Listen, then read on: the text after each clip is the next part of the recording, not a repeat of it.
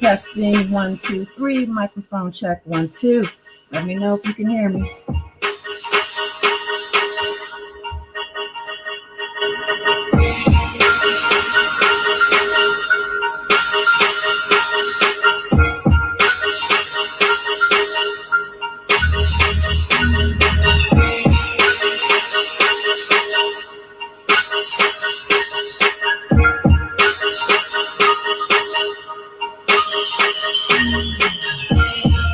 All right, let's get it cracking. God is dawn. Like and subscribe. Comment some night. Loving this light. This God is dawn. God is dawn. God is dawn. Oh yeah, oh yeah, oh yeah. We back. Yes, yes, yes.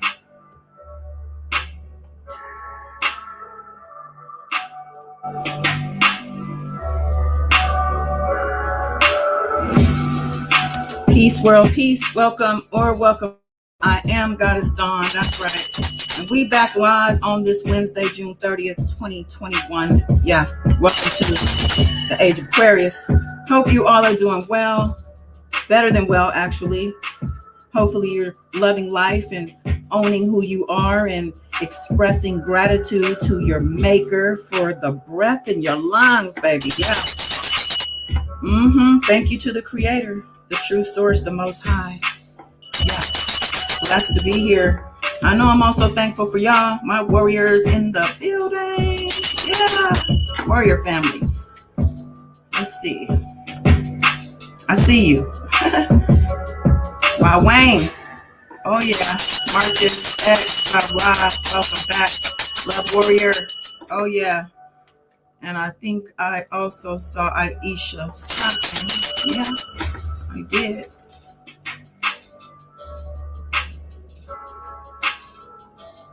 I see you, Hazel E. and Miss Bella. Yeah. That's right. We're here. I'm missing somebody. Beautiful Spirit. Where is Beautiful Spirit? Calling out. But yeah, so thank you to also those in the bushes, if you're here yet, and especially my people in the replay. Y'all are steady and consistent, and I appreciate you greatly. Drop me a line in the comments, though, and let me know you stopped by. Let me know your thoughts on the matter. But yeah, let's get into it. Let's get into it. Oh, let me drop the link, too. Okay. I just realized, hold on.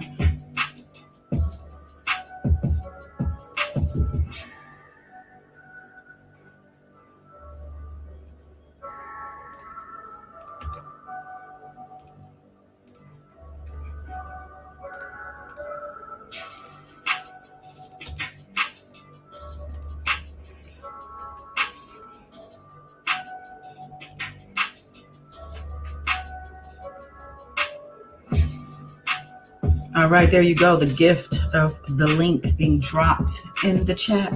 Join the conversation. But yeah, how surprised were you to see the headline about Bill Cosby's conviction being vacated? I mean, speaking for myself, I was dumbfounded, to say the least.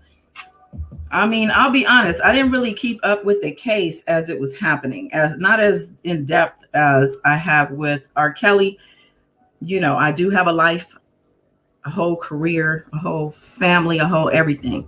So I just really wasn't up on game, but this made me do some research. I really didn't know a lot of details. I don't know if I'm the only one. So yeah, but finding out why his conviction was vacated was also shocking. I'm just going to pull up a video about his release, and then we'll just chime in throughout that, I think. Right. I agree, Ms. Della. I agree that it's disgusting. Yeah. So let me pull up this link, this video.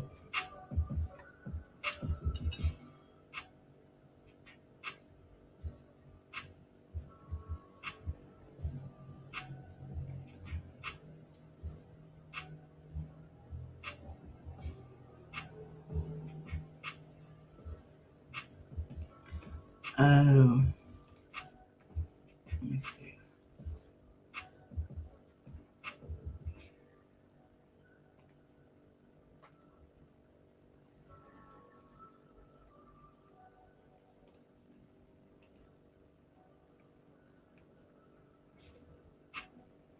How's everybody doing out there?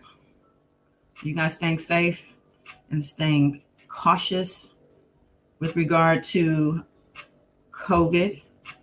I uploaded a video yesterday, I think, about the new strain they're warning us about. And, they're saying it's spreading faster and more widely than the previous strain, or the OG strain, I guess. So I don't know. I think it's still a message to people to get vaccinated. They're stressing the fact that this particular strain is going to target regions that are populated more so with unvaccinated people. And I'm just like, how that? How? Okay, I think this is it. Yeah. See Brian Perry. Yes. To Brian's left, Ashley Cohen. And then you have Haley Cohen. These are women and men who from all walks of life. As I said earlier, James Brown made a song, "It's a Man's World, but it would be nothing without a woman and girl." Mrs. Cosby was that woman. For 57 years, the queen, the matriarch of the Cosby family, who fought for his vindication, who said he would be vindicated. And today, on this hot day, this is a hot verdict for us that we will forever cherish, because we got one of the greatest, or the greatest entertainer alive today, Mr. Bill Cosby, this great American citizen, this American treasure, this icon. All right. I had to play this part. I had to. What's going on, Love Warrior? I got it. What's Hi, up? chat. I see you, Ceylon. Okay. How you doing? Good. How are you? I'm Hey, Ceylon. wonderful. Wonderful. Are you Yeah. there? I was talking to Ceylon. Hi, Ceylon. Okay. Beautiful spirit. All right. I'll drop the link. I can drop it again for you. Let me do that real quick. Hey. So I'm Hi. Okay. I'm sorry. So I'm gonna drop the link for I should have sent this ahead. I don't know what I was thinking. Miss Della. Miss Della. Hi. Hello, everyone. Hi, Miss Della. How could you play that video? That video was a disgrace. This video, I know. I'm not finished because we got to talk about it. Okay. So I'm really just tripping off of the fact that, they're saying, oh, he's vindicated. That's not what happened. He's not vindicated. He's not innocent. He hasn't been found proven innocent. This man admitted to his crimes. Listen, let me just play this and then I'll get into it. But if anybody coming in here saying he's vindicated and, whatever else to say that he's basically exonerated or the right thing has been done. No. So let's where's Beautiful Spirit? Because the reason I'm playing, I wasn't even gonna play this part, but I sent it to her and she pointed something out that I agreed with, and that's why I'm playing this part. I haven't gotten to it yet, but let me continue. That's right. With us today. I'm gonna allow Miss Bunjean to say a few words. Miss Bunjean? Yes. Obviously, we are thrilled to have Mr. Cosby home. He served 3 years of an unjust sentence. Too long. He did it with dignity and principle, and he was a mentor to inmates. He was really, as I say, doing the time. The time was not doing him. He's a classy man. Oh, all right. So, man, he turned into this great charitable human to these youths or to these people who are in prison. Because I remember he was yelling at people a few years back about the pants being too low and whatnot. So sounds to me like, he had a little bit of change of heart with the people that, he actually is deciding to help and teach. Wow, that's amazing. It's interesting. And what did she say? He's a classy man. This is a whole, well, I'm not going to, Beautiful Spirit actually said these words. I'm going to let her, when we get, whenever you all want to chime in, feel free, but I'm just breaking this up a little bit because. Well, God, you're absolutely right. He was not found innocent. He was not exonerated. He actually went into a plea type of an agreement where he agreed that he did, drug these women, took advantage of them. And the only reason that right, and we are getting to the reason. We haven't gotten there because I'm gonna play the clip. Oh, okay. Ease into it. All right. Okay, cool. Okay. So we're just basically looking at the fact. Yeah, you're right though. He's not innocent, and he already admitted his guilt. So we'll get into that. And I want to say this about the Pennsylvania Supreme Court. They demonstrated that they were impervious to the court of public opinion, which frankly the lower courts were not. Mr. Cosby, we knew all along he never should have been prosecuted for this. He had every right to rely on the prosecutor's word. And they pulled the rug out from underneath him because of politics, because of the court of public opinion. And that is not how our system should operate. Okay, so she said it basically because of the prosecutor's word. Well, people are going to get deeper into it. But yeah, so the prosecutor gave his word to Bill Cosby back in 2005 when this case was a case, and gave his word that he wouldn't be charged or jailed if he basically admitted the crime in deposition, which he did. Typically, and it is like Love Warrior said, a plea deal. Typically, you're exchanging this for some sort of jail time. Lenient, usually more lenient than would be otherwise, but not just going free. I think what he ended up doing was that whole quid pro quo with, he led the lady instead to a civil case so she could get paid, which I think he also got paid. I'm just going to say that. Somebody paid the prosecutor because that deal was unheard of and ridiculous. Right. They're vacating it, right? Isn't that what they're saying is being vacated? Right. Okay. The conviction right. was vacated, has been vacated. He's home. Okay. And that woman didn't get paid either. And she did not get paid. So the civil case that the prosecutor is said to have, I guess, made, supposedly the deal was with that behind it. Like, we're not going to do it this way. It's not going to be possible, but we're going to do this instead. And so you're saying she didn't get paid ever? That is correct. That's right. They had her on the interview today. Okay, even more reason why I didn't get a dime. Even more reason of why he should not be out. He hasn't even reached the minimum 3. Well, the lawyer said 3 years. I thought it was 2 and some months, maybe. Yeah, he's done 2. You're right. You're right, Goddess. The minimum was 3 to 10. Right. Right. And they were going to parole him or, give him an early out when he refused and he didn't want to take those classes. And now, and we see why now, because he knew this was coming. He knew this was happening. This is not just out of the blue. They've been working on this from the get. Right.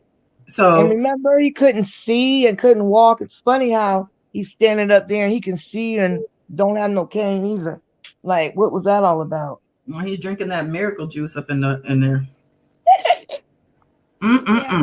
Wait, but I'm still. Let's. You got to hear some of this. Listen to this. Oh, wait, beautiful spirit, you hear? Yes. Hey, beautiful spirit. Hey, sis. Hey, how everybody doing? Good. That's good. That happens. Okay. Let me look in the chat real quick. He wrote over on someone for a deal. Wasn't he just refused parole? Yeah. He didn't agree to the terms. That's why. So, okay. There cannot be a just sentence. And if there had been a just verdict and a just sentence, we wouldn't be here fighting. But there was not a just sentence. But see, the thing is that the reason that this thing has happened for him has nothing to do with justice. That's the thing. Like, what is she hooping and hollering about? You should save that for the courtroom. Did she represent him in court? Because all this fire, you could have used that then, boo-boo. What is your deal? Like, calm down. Y'all didn't do nothing but basically, okay, we'll get there. Because somebody actually explains the situation legally, I guess you could say. And not a just verdict. And I think it's really important that we keep our eye on the ball, that our Constitution is sacred, and that we need to uphold it at all times. And I'm glad that the Pennsylvania Supreme Court saw it. Brian Perry. I'm very proud of the team that we put together. See, look at this team compared to R. Kelly. Like, did you ever see? I didn't see a lot of things with these people like on YouTube or out there. He had like a whole mix up of people here who obviously got paid real good money. Exactly. And that one lady that was talking, Goddess, she is a specialist in overturning convictions. That's her specialty. Yep. Okay. So she knows she caught the bag. She caught the bag. Oh yeah. She combed through this thing with a fine tooth comb, and that's what they came up with, and it worked. Y'all notice how he don't want to hold the black man's hand, but he reaching for the white man's hand to uphold him. That's his boy. That's his boy. He tells it here. Listen. Very proud to be part of this case. We always thought that eventually this is where it would end up. Mr. Cosby and I had many talks over the last couple of years. Many talks. I predicted it, and we're here. It's a good day for the Cosby family. Mr. Cosby, how does it feel to be home? Well, Cat got his tongue now all of a sudden, huh? It's interesting that he didn't speak right here. He is extremely happy to be home. He looks forward to reuniting with his wife and his children. And obviously, this has been a hard 3 years for this entire family. And it's really a blessing for him. And he says, you know, his heart is just beating really fast, and he's happy to be here. And we have Ashley here who works on the case. Ashley, I'm just honored to be part of such an amazing team. These lawyers did. So this is their moment. This is their shining moment. They got this thing overturned. It didn't look, I didn't follow it enough to even know that this thing was happening. I know there's YouTubers or other people looking out who were looking at this case all along and that actually knew this thing was on the table. So they probably advised him not to talk pending civil suits that are going to come after his ass, you know. Oh yeah. Well, they usually don't talk. Well, you know, when they have attorneys, they usually don't speak. So, because, you know, you can't trust a human being. You can't trust something ain't gonna slip out their mouth. You can't trust nothing. Yeah. Incredible job. And I'm so thankful to be a part of it and to help Mr. Cosby. And I'm just proud to be here and watch him get released. And this wonderful attorney, Haley, you see right here. I'm sorry. Her father was in prison with Mr. Cosby. What? Her father was in prison with Mr. Cosby. Like, what? Okay. Wow. That's interesting to me. That's a rare situation. I've not heard of an attorney's father in jail with a client. Like, what's that? That's weird. Okay. He sent a message to Mr. Cosby before he left today. He sent him a kite too for his daughter. For her. Say a few words. He did. He said that he loves me very much. And I. What's your father's name? Richard. Shout out. So he's basically giving a shout out to Richard. He wants to make sure Richard's name is spoken. And Richard must have pulled some strings. Did some. Who was her father? I'm gonna have to look into this. I'm curious. What's he in there for? And what is this? Richard. And I in return love him very, very much in return, and I was glad that Mr. Cosby and got to know each other while incarcerated together. And I'm blessed and so grateful to be here to see Mr. Cosby be released. And it's closing. She must come from. They come from money or something, because whatever he did, that's how she probably got her law degree. Got her. Y'all notice he got 6 attorneys too? 6. So he had. That's what that money can buy. That's what R. Kelly don't have. Not just 6 attorneys. We're talking 6 attorneys on camera. It's probably more than 6. Yeah, these are faces. That's interesting too. What is that on his shirt? Something 256. Everything is a message. I'm telling you right now. Right. That's the network. The team of lawyers that was trying to buy that network. NBC. You're right. Spirit. They're like, let's get back to that. All right. This was an unwanted 3-year vacation that Mr. Cosby never asked for. An unwanted 3-year vacation. Look at his face when he said that. Hey, that lady, that lady, that specialist, she love our community. Look at her. You know what? You do. They got real close working on this case. I mean, what do you expect?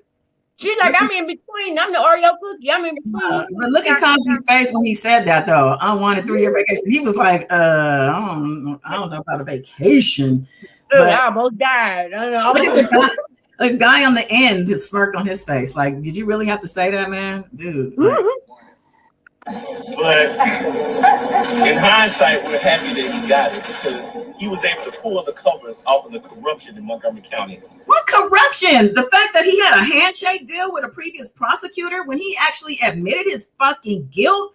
This pisses me off. Like, why are these people allowed to just get up here and schmooze the press and make it seem like, oh, justice for Bill Cosby, the good guy is back? No, he made a deal. Like, that money made a deal. I'm gonna say that. That's right. Money made a deal with the previous prosecutor who, when the new regime took over and this shit started bubbling up because of Me Too and whatnot, they decided we're moving forward with that because clearly there was nothing in writing. There's a piece in here, which is why I'm playing these clips. They say, well, let's get to it. I think I have the timestamps, but this is ridiculous. Ridiculous. With the crooked DA, with the crooked judge, stealing on everybody's crooked but Bill Cosby, who admitted his guilt. He admitted it. Ugh. These same people find this American citizen. I don't know how a DA has that much time on his hands to fine him $2,010 for not cutting his yard. I was on the way to pay that fine when I got a call from Nick the Head. And Nick told me that they had vacated the conviction. You know, what we saw today was justice.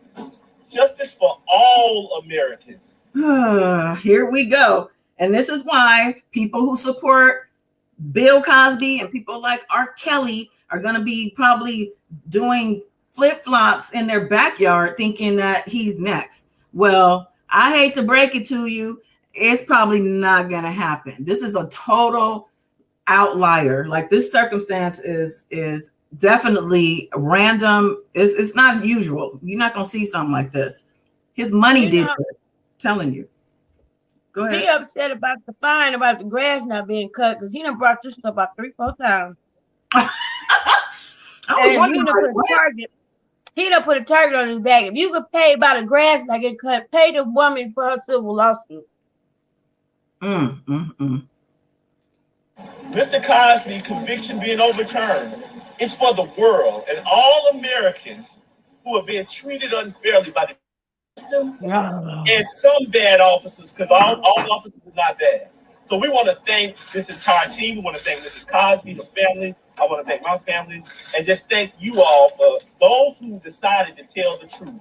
and allowed us to kill the people we had the opportunity. I'd be curious to see the, I guess, transcripts of the hearings and whatnot of this thing being discussed. Like, I'm They just probably got so much blacked out, Goddess. Oh, You know I what know. I'm saying? But you know, They over done time, greased. those things get revealed over time. Yeah. Cosby has so much money that this has been a palm greaser from the get-go. And it's unfortunate and it's terrible. Just like you said, Ms. Della said, it's disgusting, really. So anybody who's coming over here looking for rah-rah in favor of Bill Cosby, you got the wrong channel. I'm not one of them channels who's going to placate everybody. This is our channel. No, this is not our channel. This channel is, if you want to come over here and listen to somebody you feel is innocent, or you want to cheerlead for somebody who's violated women, abused, raped, or our word, children, all of that, not our Bill Cosby saying, but I'm just saying, this is not the channel. Don't come over here and be mad because you hear something you don't like, because it's not in favor of somebody you're supporting who has done heinous things to women and children, women in this case. Anyway, so hold on, I have a timestamp, another one. Let me see. The home there of Bill Cosby as his attorneys celebrating. They celebrating this big win because they probably got extra paid for this bonus, right? This is a bonus win right here. And they're probably going to get some, a lot of work following this. The name is in the book. The names are in the books now. Yeah, they did that. He can't be retried. Well, they're going to be getting that old girl daddy out, Richard. What? You're right. One of his attorneys. We're going to find out who Richard is, the young lady's dad. We're going to find out who her daddy is. Yeah, he probably got out too. He connected to somebody. She all at Bill's house. Wow. You were saying something, Della? His attorney was Trump's attorney. Which one? Not one of them. He's one of the ones standing up there. No, not one of them. He was one of the attorneys that defended Trump in the conviction, the recent conviction trial. Yeah, I saw that. I think it's in here actually. This is I'm not gonna worry about it. I'm sure protesters gonna be outside of Bill's house real soon. They outside. They were there protesting. Oh, it's interesting. Trump didn't pardon him either. Trump ain't trying to mess with no types of this, he's very close himself to this type of conviction. So he needs to stay far away from people. He can't even talk to nobody. I don't even want to hear that man's name. I'm so sick of him. I just heard somebody praising him today. I'm like, really? Hell, they indicted him. They just, the New York put something out on him, and I can't think of his other, the CEO for Alan Weissenberg. There you go. Thank you, Miss Della. Today. Yeah, his ass is going down. Okay, that'll be for Saturday. Cool. All right, let's see. We almost done with this because this wasn't the plan. This is R. Kelly night on Wednesdays, but of course this happened. So we gotta talk about it. Where they don't get prosecuted, where normal people like you and I would just be thrown in jail and forgotten about. So I think it's ridiculous, to be honest with you. It's quite sad. I'm tired of this PA Supreme Court decision they've been making recently. This is definitely one of them. Certainly, there will be no shortage of opinions in this bombshell case that involved a beloved celebrity comedian act extensively. This is the man I want to hear. But that man who just spoke, he basically kept said it's about money. He said his money bought him that that vacation conviction. Okay. Kind of briefly explain, how did we arrive at this point today? That's the challenge, briefly. Yeah, this has been a huge controversy in Montgomery County for better than 15 years. Let's go back to 2005 and the mindset of then District Attorney Bruce Castor. Castor believed at that time that the criminal case against Bill Cosby, the allegations by Andrea Constand, would not survive a criminal trial. That is to say, Castor did not believe he could get a conviction against Cosby. And so what he decided to do, and again, this is based on his own testimony, his own writings, and his own comments, Castor believed the best he could do for Andrea Constand was to try and help her civil case that would then be filed after it was clear he was not going to go forward with the criminal case. And so he said to the Cosby team, I will not prosecute you criminally, nor will any of my successors. It will not happen. Not now, not ever. In exchange, you no longer then have the Fifth Amendment protection against self-incrimination. You would be compelled then to offer a deposition in the civil case that is sure to come from Andrea Constand. Cosby relied on that information and agreed to the deposition. That deposition testimony ultimately was used against him in the trial that led to his conviction in 2018. In essence, the High Court in Pennsylvania said, whether Bruce Castor had the authority to act, as Castor put it, as the sovereign of the Commonwealth of Pennsylvania in making this decision that no one forevermore could prosecute Cosby criminally, whether or not he had that authority, Cosby believed him to be sincere. And so he acted in that belief. Cosby agreed to the deposition only. See, he said whether or not he had that authority. So that was also a question that I had. Like, who gave him the authority to grant that type of immunity? You know what I'm saying? Yeah. Like, I feel like, okay, go ahead. Did y'all see how that man? Okay, they all done told on themselves. They exposed themselves when they want to make sure Richard getting on. Then they told on themselves. Now you see how Bill Cosby is showing up in court with all his NAACP people, looks like, allegedly. I didn't see all the other attorneys, but did y'all people? That man said the Cosby team. They said this man spoke in front of the Cosby team. For all we know, they probably secretly recorded them or something, making that deal. Somebody has some proof somewhere, because that would be hearsay to tell a Supreme Court judge, well, this prosecutor promised us this and he didn't come through, Your Honor. Well, he testified to it too, so I don't know if that counts for that proof or if somebody said that we got you by the balls and you have to, it's like, well, it is. I ain't got no choice but to testify, to tell the truth.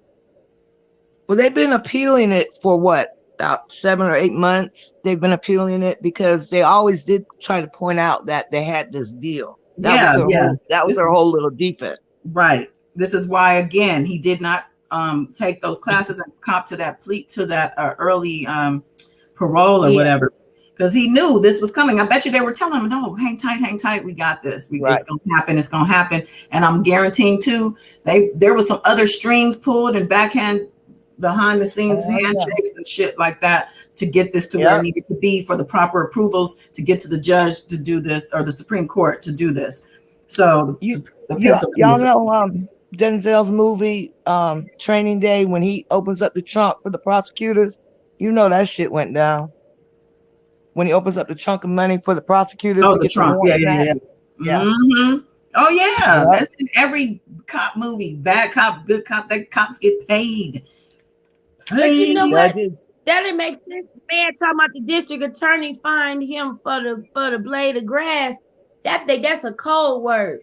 District attorney don't come after you when your lawn ain't cut. You know what he was doing, right?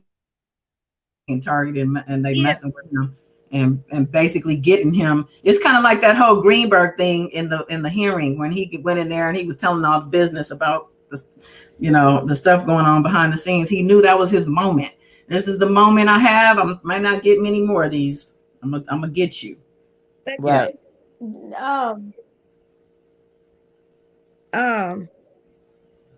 Cosby still got some work to do. He got some more things to take care of. Promises to finish. Well, he's gonna do it at home. He's gonna do it at home. Let me finish this little piece of tip. Hold on.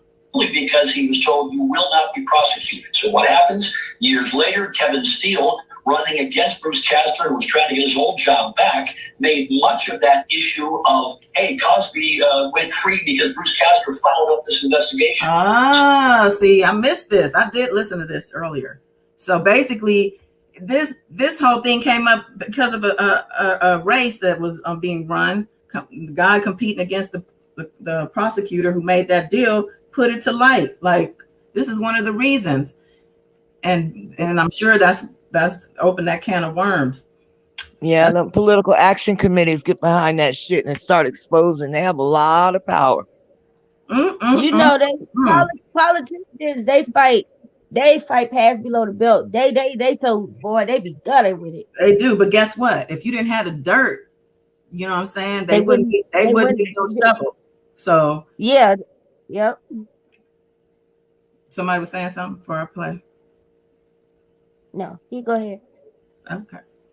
Steele went forward with the prosecution, ultimately convicted Cosby, and the High Court in Pennsylvania today said that was unfair, a violation of due process. What it does not say is that Bill Cosby is innocent of these charges. That issue is unaddressed here. There it is. You heard that. Boom. There it go. He said what it don't say. That's right. Let me play that back a little. I like that. Pennsylvania today said that was unfair, a violation of due process. What it does not say is that Bill Cosby is innocent of these charges. That issue is unaddressed here. This was a simple matter of violation of due process, not a legal technicality. These are serious rights that we all have. But again, not an exoneration of Bill Cosby by any means either. By any means. All of this started a little bit before the Me Too movement began, and it's sort of ending right in the middle of it, shortly after it sort of kicked off. Do you think the movement had any impact on any of this? Well, it is interesting, Shana, because think about this. One of the reasons that Bruce Castor, actually a couple of the reasons Bruce Castor did not go forward with a criminal prosecution way back when was A, that the incident was not reported by Andrea Constand particularly promptly. She maintained a conversational relationship with Bill Cosby even after the incident. Those two elements convinced Castor he could likely not get a conviction. Nowadays, we might have juries viewing that differently. Right, because see, back then, people still went with the whole, well, if you're still dealing with the person that abused you, then he must not have abused you. We're not realizing that these two things do not mutually exclude each other. One does not exclude the other. You can be abused and still deal with a person and still have been abused. The act happened. And you know what I'm saying? It all goes together. Right. You know, this reminds me of the Epstein trial when he got a sweetheart deal in 2008. And he basically got like a hand slap, right?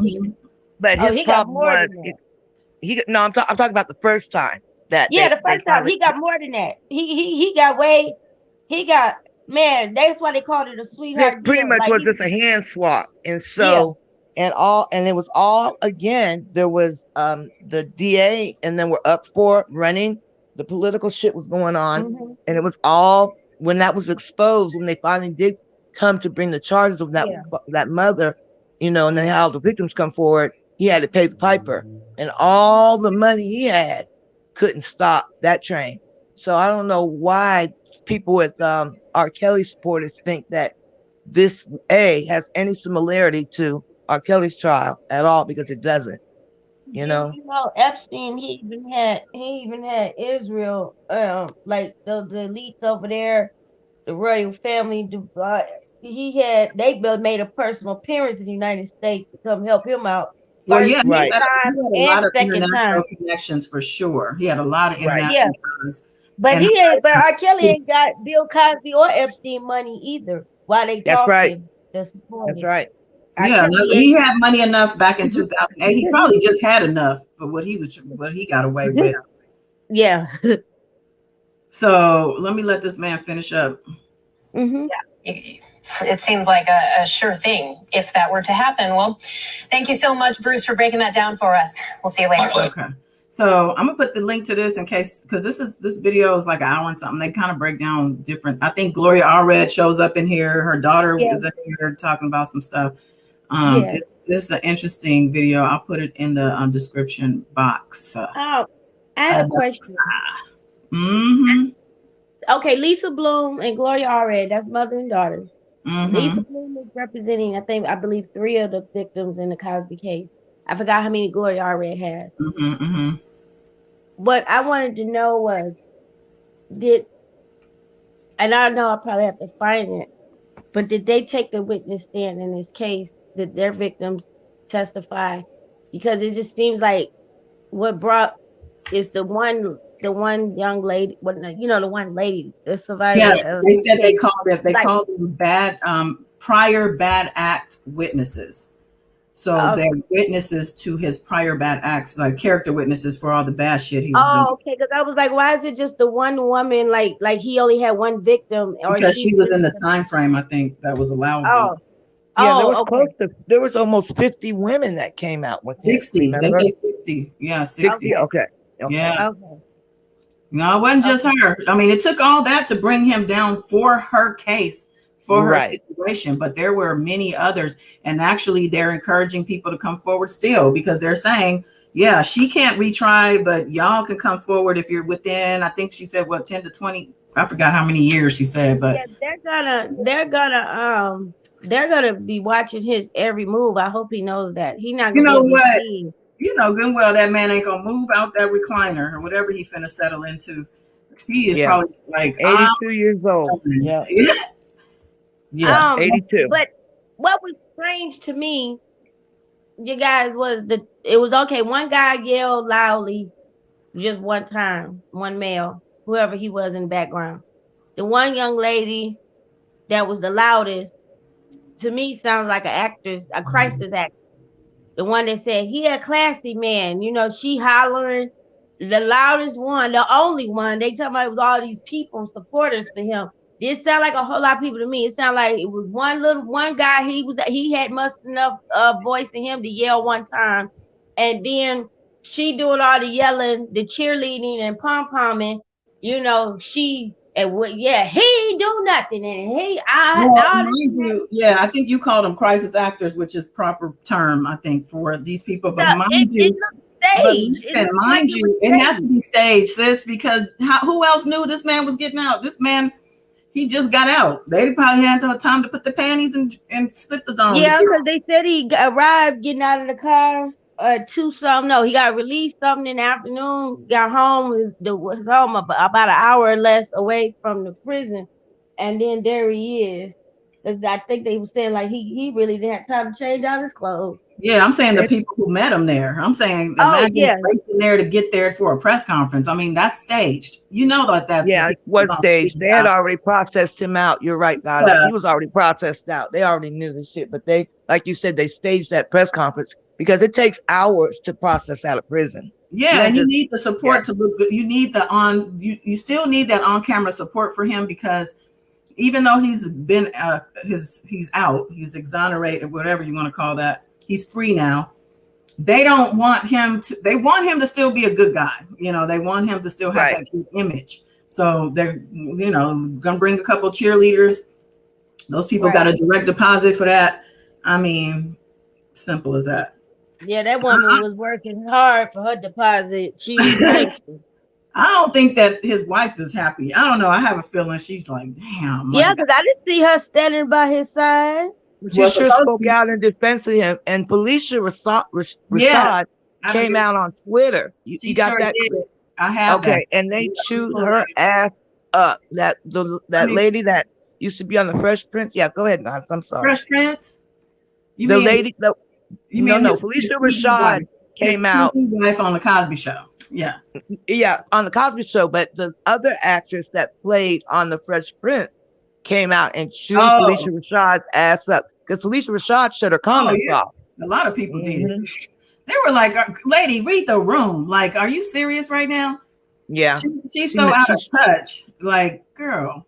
She shouldn't have did that. That's bad. Now she's out of touch. She don't know what's what. She just know that's that man that signed her checks, made sure she had a job for a long time.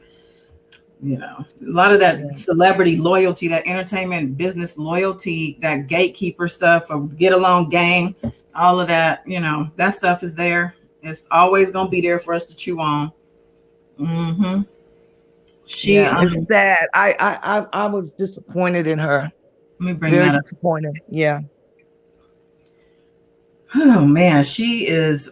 How old is she at this point? She probably, her son got killed by a policeman and stuff. Like you would think, having to have weathered and still weather that you would be more careful on what you would speak. But I do understand that man that signed her checks, and still that elite in Hollywood, which you get along, go along gang. But it's sad. It's very sad. Look at this. So this is the tweet. Finally, a terrible wrong being righted. A miscarriage of justice is corrected. So clearly she's uninformed, and she's leading again with that loyalty, that blind loyalty.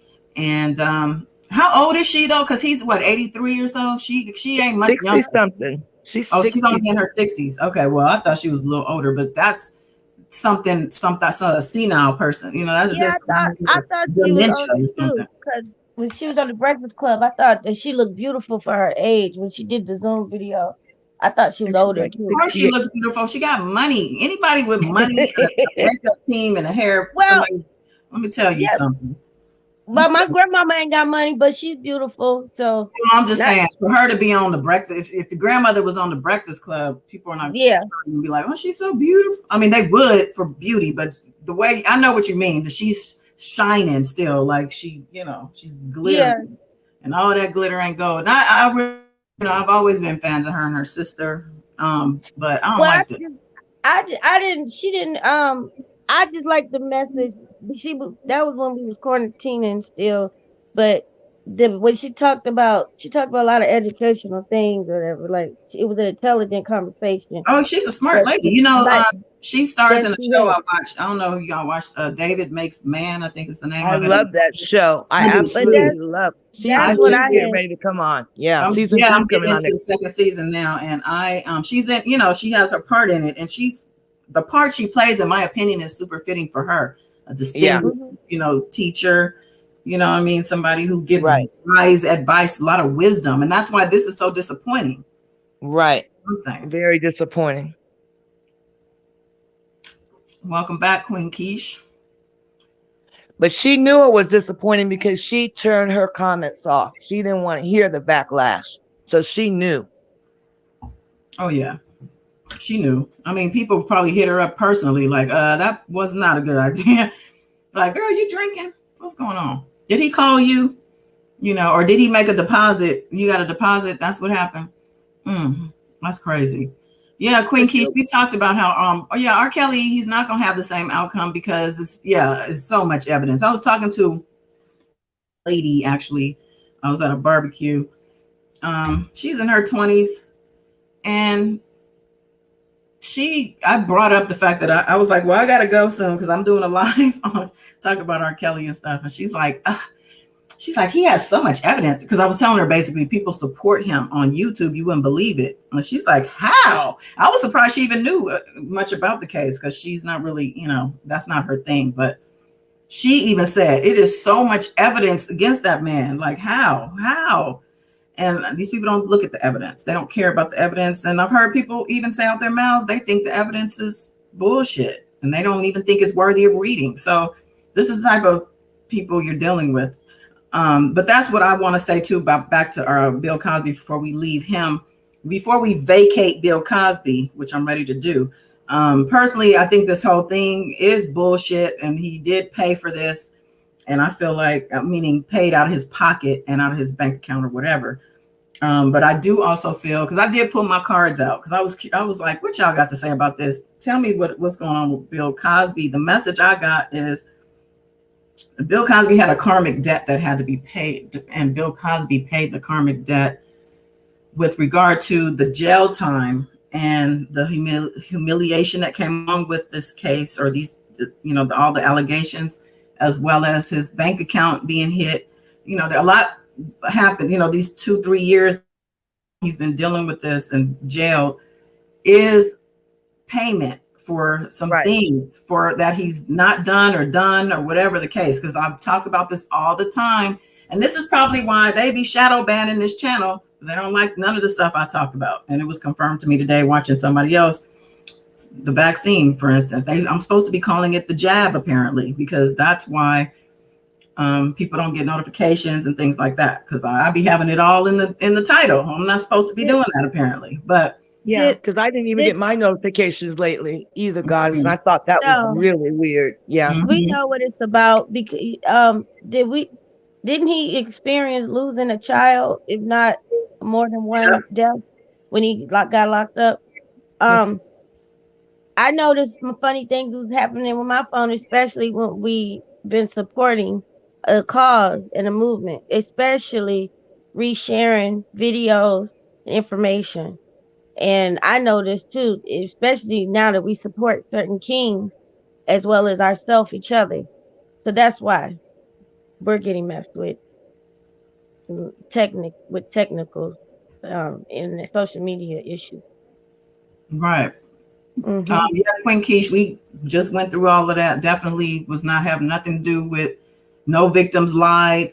He admitted his guilt, and the fact that they used his own deposition against him is what got him exonerated, or what got his conviction vacated, because there was an agreement made that that deposition would not work against him in that way. And here we are years later with whole new people in charge, and that thing still held. And the man said there is no I heard somebody say on that video, I put the link in the description, but there was no proof of this deal.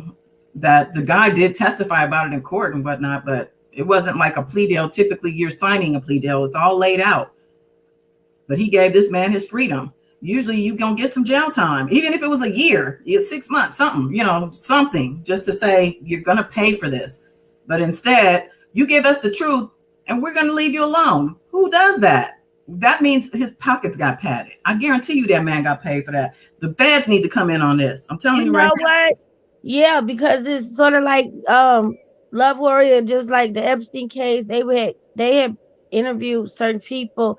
Oh, things got resurfaced, and somebody that was in that first time that he got tried, they said that they got stopped in the hallway in the courtroom. I don't know. I think it was one of the prosecutors. And, excuse me, I'm gonna find it. Is that man said he was anonymous. He said, and he still shook up about it, whoever approached him in that hallway. And he said that he would never say who it was. He said, you know who the people are when they come to you, even if they by themselves. And he said they was told, leave that man alone, leave Epstein, that they'll be trying to come, stop digging, don't come after Yeah, he him. was one of the reporters, Beautiful Spirit. You're right. I remember that. And he He was one of the and reporters. Yeah. and one of the prosecutors too. They all got approached and basically like strong arm mafia takeover, whatever, hostile takeover. I mean, like they was all looked like they had seen a ghost, like they can remember it like yesterday. And they said that's why they backed down and he got that sweetheart deal. And that's something that's deep and deep dangerous. That's something. And So that's that not means that that ain't man nothing was new either. forced, It ain't huh? nothing He new. was That stuff forced to happens tell. all the time. I'm telling you right now. So All he the was time. forced to say something. That means, yeah, your back up against the wall. That's like a stick up or something. It's sad to admit, but we all know that when you got a long enough paper and you can buy and pay, you know the justice is not equitable. Justice is not equal. We know that. It's sad and it's true. And it is what it is. Like this is, they going after one of the elites, and he had a wall of protection around him. But as all these women came forward, there was nothing they could do. They tried with that agreement, hopefully that it would go away, but it didn't. So like You God has got said, that. You he got did over them. 2 years at 82. That took a toll on him. His name, his reputation, all that. All of it. He's gonna Hmm. people forever be remembered for this sexual abuse. He's not gonna be remembered as the great black comedian that we all I honor. agree. He will have a stain across Do his you name know? always. Do you know? I seen he was on that talk show. I didn't never see it until recently. I forgot who shared it just recently. Um, they showed him on a talk show host way back in the day. I don't know if it was 80s or 90s. That'd have been 80s, late 80s, where he told that white man that every boy in America, from seeing that clip, he said from after today, every boy in America from age 13 on up, because he, guess whatever age that you go to puberty, adolescent age, is gonna be keeping a Spanish fly on in they pot, in arm's reach for a girl. Because I never heard of a Spanish fly till the lesser charge case came up, and they said that he got it from him, and they said they didn't understand why Cosby wasn't brought to the court and charged then, when he made a joke and talking about just get a woman a Spanish fly and she'll be all right. She'll cooperate then, and you get I have your know life. I know that they had said that it was Quaaludes too, because what he used But actually yeah, knocked the woman unconscious. Spanish yeah. fly is more like an aphrodisiac, but Either the way it goes, Quaaludes. baby. It's still dropping something to somebody drink. He probably used Oh both Yeah. yeah, on it. oh yeah. No, I'm not saying that. Yeah, I'm just saying that I remember also that Quaaludes were yeah, used because a yeah, lot of the women were unconscious and they just knew that their body had been violated when they woke up. yeah, yeah, Yeah, that's Yeah. terrible. He's guilty. He did that shit. He admitted it, like I said, in a legal deposition. The deal that the prosecutor made isn't even a signed agreement, but a verbal one. I mean, is that right? I don't think it is. And but I don't think it's substantial enough. It's not substantial enough for me. He shouldn't have had that type of no. authority in the first place. And he should have been giving jail time in a plea deal the way it's usually done. Like, how Well, much did Cosby yeah, pay that man? That's what I want to know. In but you 2015, know we need to what? get the feds to comb through their bank accounts. I want to You see. know, you know what? He been protected with those powers to be, because what black man back in the 60s and 70s, especially that time of era, was able to parade around his white robe and doing the mess that he was doing. And a lot of some of the women said that they went to the police station and lawyer's office and got laughed. One lady said they laughed her out of the office to tell their story. Yeah, that He they'll did have a hang you lot of protection nowadays. because Some what? Yeah, you're right. He had a lot of protection to go that far. You're right. Being to a a black white man, woman absolutely. Yeah, in that I agree. 60s and 70s, it was riot in Detroit in 1965. Like, you couldn't walk down certain streets if you was the skin color of a beautiful black, you be a queen or a king. Let alone you doing. I don't know. And it just speaks to that victimization when a woman has been abused, how hard it is for her to come forward and then to be abused by a celebrity. You know, Hmm. it's hard. And this proves it. I know that the headline was probably triggering for a lot of people because it was jarring. It was surprising. Nobody like Yeah, it was what? like I see breaking news. I'm like, hold on. He's out? What do you mean he's They out? made sure it came through breaking news on my phone to somebody that I never even subscribed to. I get their notification. I don't even know who the off-brand person was, child. Well, fuck Bill Cosby. 60 women came forward against this TV good guy, this entertainment industry icon, this family man, this black man. He's a violator of women, an abuser of the worst kind. And, I guess at least they weren't children. I mean, I Right. could say that, but I mean, come on. And speaking of that, we can move on to R. Kelly at this point, because unless y'all got final words on this pudding pop. I don't. I'm ready for the No. R. Kelly, because you know where I'm gonna go. All right. What about you, Miss Della? Miss Della, you with us? I'll be doing that on Miss purpose. Della. Hello. Miss Della. There she is. Miss Della. Miss Della. Yes. Snap out. What you watching? What's good? What's on tonight? You know what? You do that on purpose. Oh my goodness. She just need to make sure I'm still focusing and paying attention. Look, you guys got this. I'm here for backup support. You know I love ya. I love you guys too. What movie on Miss I love Della? you too, Miss What Della. movie is Oh, that's lovely. Yes, I love you. I'll save it for later. What am I supposed to join in on now? Well, I'm just asking if you have any final words on Bill before we move on to our jelly. No. So Kelly. Our Kelly. I agree with Priscilla. You know, he did spend his this is a stain on him for the rest of his life. This is his legacy. He just came home. He's still guilty. So I mean, it's a stain on him for the rest of his remaining life. And I think I heard one of you guys say, or you said somebody, he not getting out of that recliner. That would be me. Yes. So I agree. So I don't have anything else to say. Okay. Okay.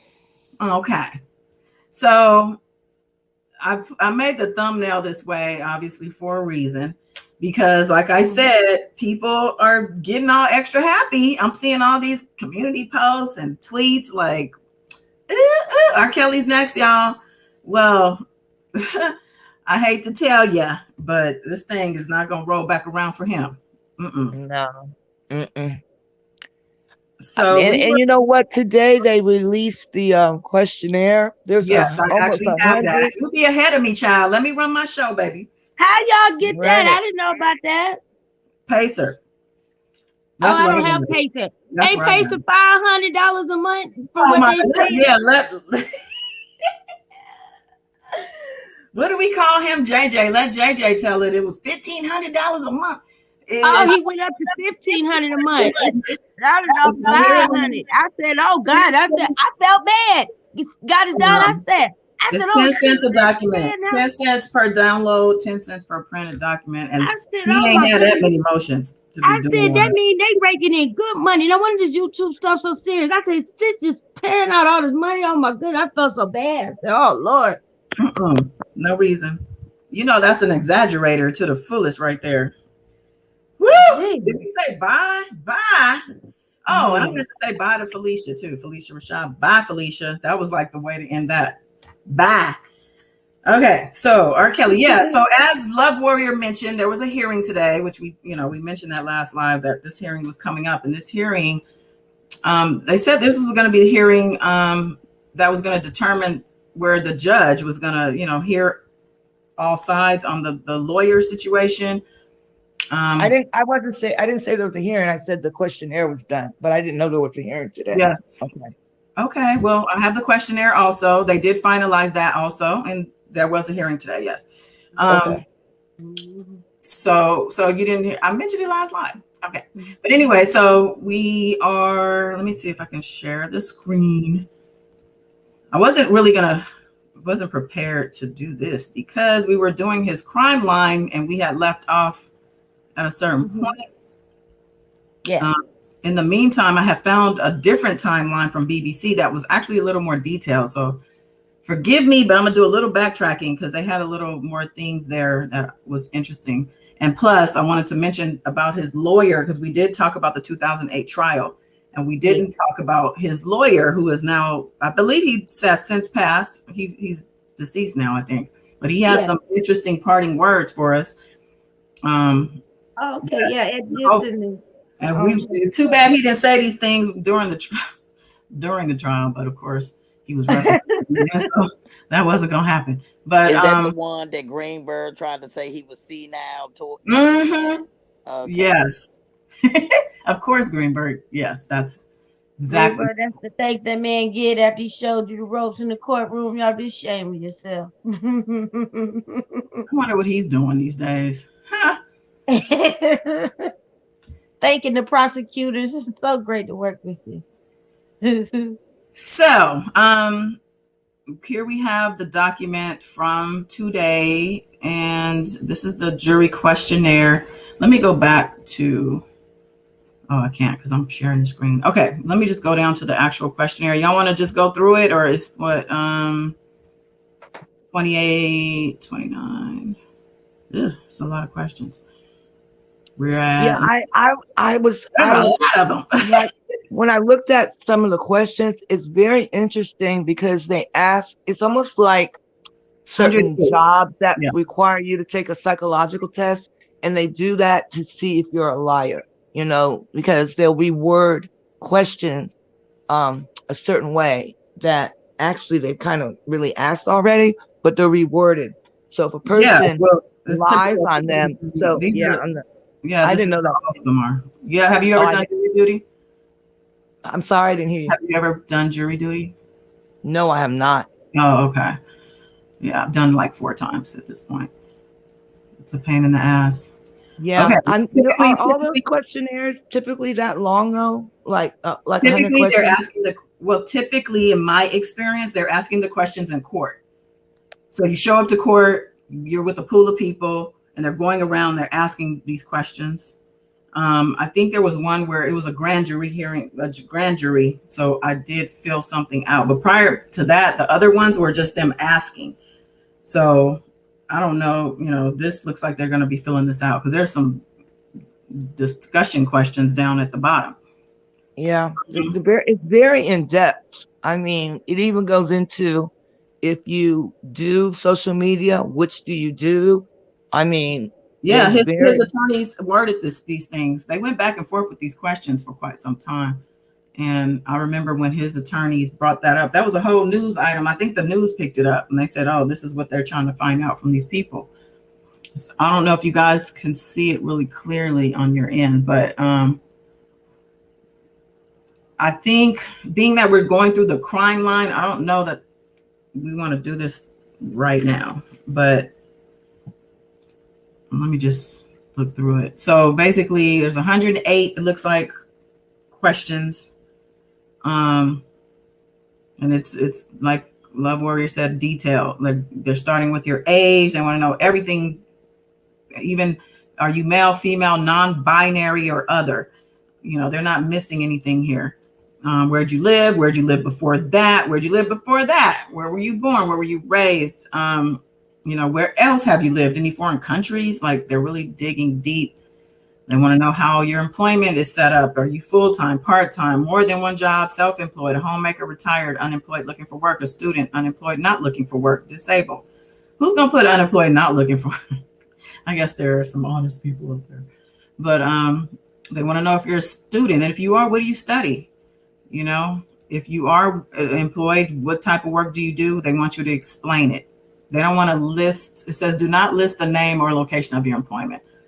They just, and actually that is something the defense wanted. They asked for locations. They wanted to know where these people worked, where they lived, and all of that. So based on this, it looks like they didn't get that, which is good. Because to me, that all that did was lend room for them to harass people. Like, why do you need to know where someone lives?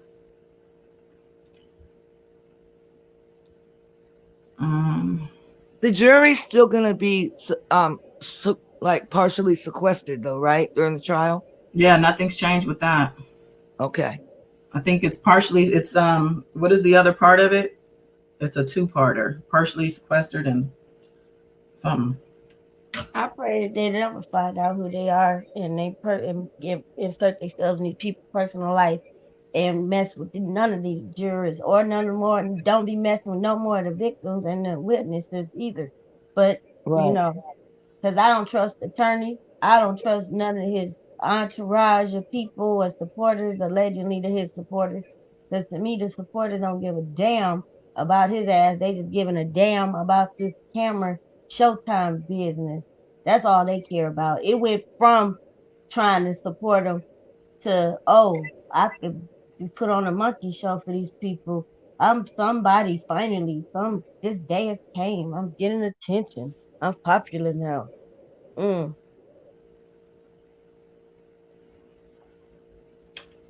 They're dangerous people.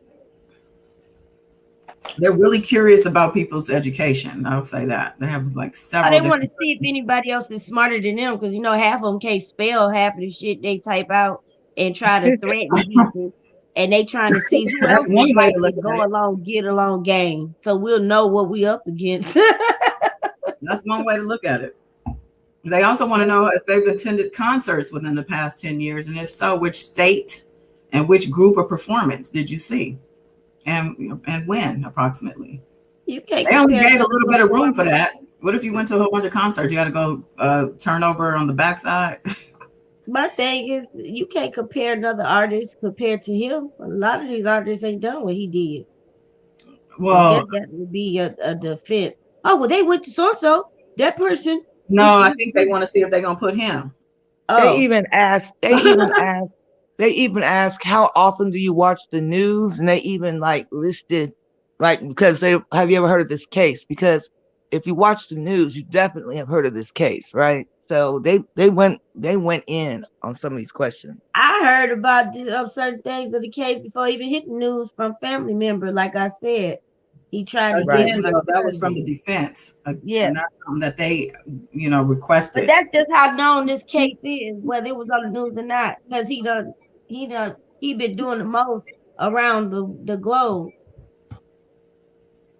But They want to know about. if you lie on this is federal court, you would be hemmed up. You know what I'm saying? Because that could that cause a mistrial if the juror were to perjure or lie on something like Well, this? hopefully they're going to discover the lie before they actually Right, choose to, move forward with the trial. But I mean, right, if I they're think if I they hope. dig if they're digging if this thing moves forward and they're still researching everything and they come up with something, that person is out of there, number one, because they're going to have alternates. So all they're going to do is right, switch them out.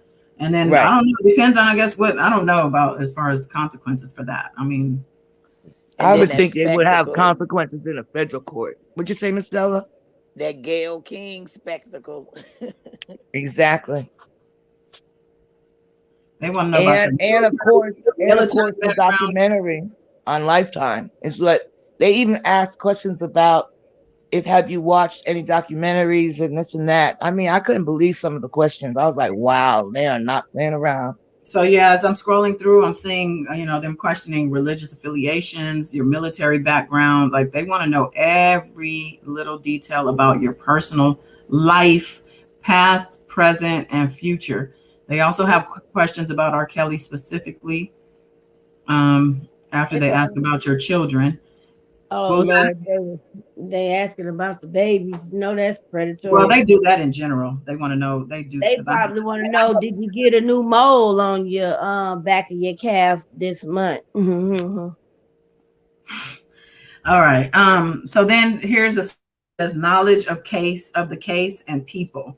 It says there have been media reports about this case. We are interested in what you've heard or read, if anything. And they do ask, number 29, actually, the case for which you are summoned involves the defendant, Robert Sylvester Kelly, also known as R. Kelly. Have you read, seen, or heard anything about the case, the alleged crimes, or people involved? Yes or no. And then also sounds familiar but unsure. If yes, please describe in detail what you recall reading, seeing, or hearing about the defendant, alleged crimes, the court proceedings, or other people involved, regardless of whether you believe this information is accurate or not. If you need additional space, please use an additional comment page at the end of this document. So, so this is where you say, "Oh, I watch YouTube. I'll be watching so and so on YouTube. We be praying for him." I mean, this is where your knowledge of R. Kelly is supposed to come out. Now, it could go both ways. There could be people trying to get on this jury, so they want to make sure this man goes to jail. And there could be people hoping to get on this jury so they can make sure he don't go to jail. And we definitely don't want people in there in the jury who are, I mean, we don't want we want it to be a fair trial, right? But we don't want a super fan disguised as a jury member who is neutral.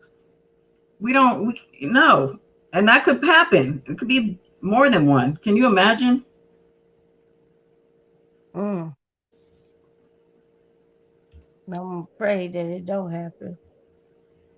So that's why they have to really pay attention to, the questionnaire and make sure when they pick these people, they really know what they're doing.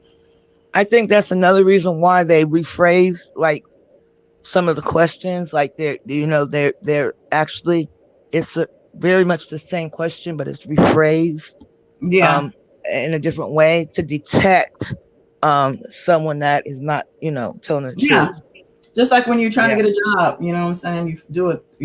A lot of these assessments that they give you will do something similar to catch you, to basically just reword it and see if you're going to be consistent with your answers. So like the next question, it says, have you read, seen, or heard about Robert Kelly, also known as R. Kelly? In general, it just says, have you read, seen, or heard about him? It doesn't mean about anything criminal. It just says, have you read, seen, or heard? And it's yes or no or unsure. And if yes, please describe in detail. And what are your views and feelings about the information?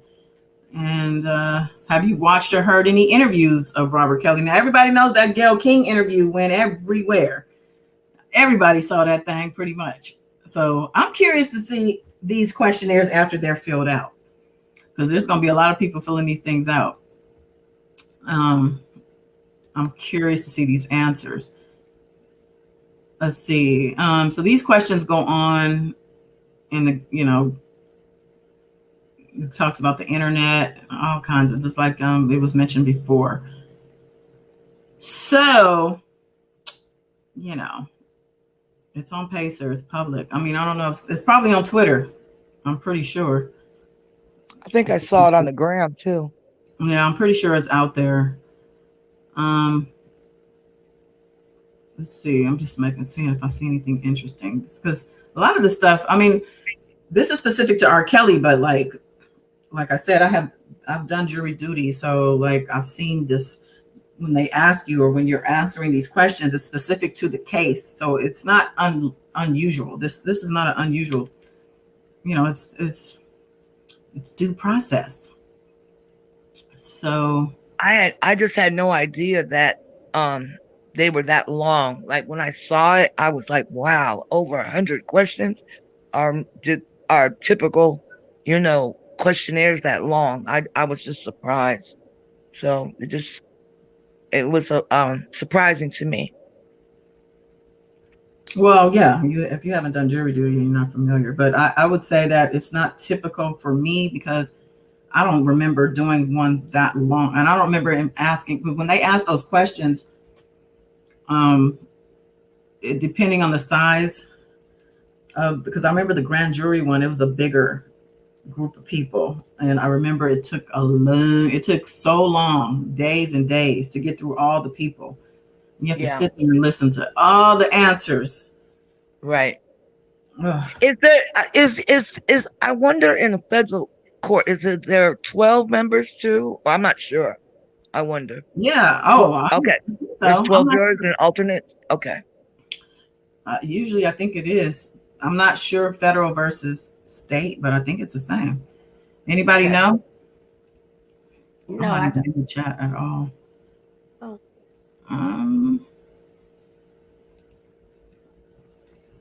Yep, Queen Keish. Queen Keish, you must have came in after.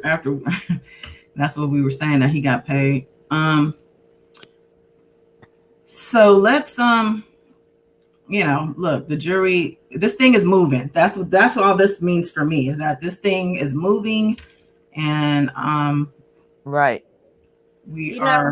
I hope he knows that Brooklyn is not going, when he get to the jail lockdown with his shenanigans, with his go along, get along gang of people.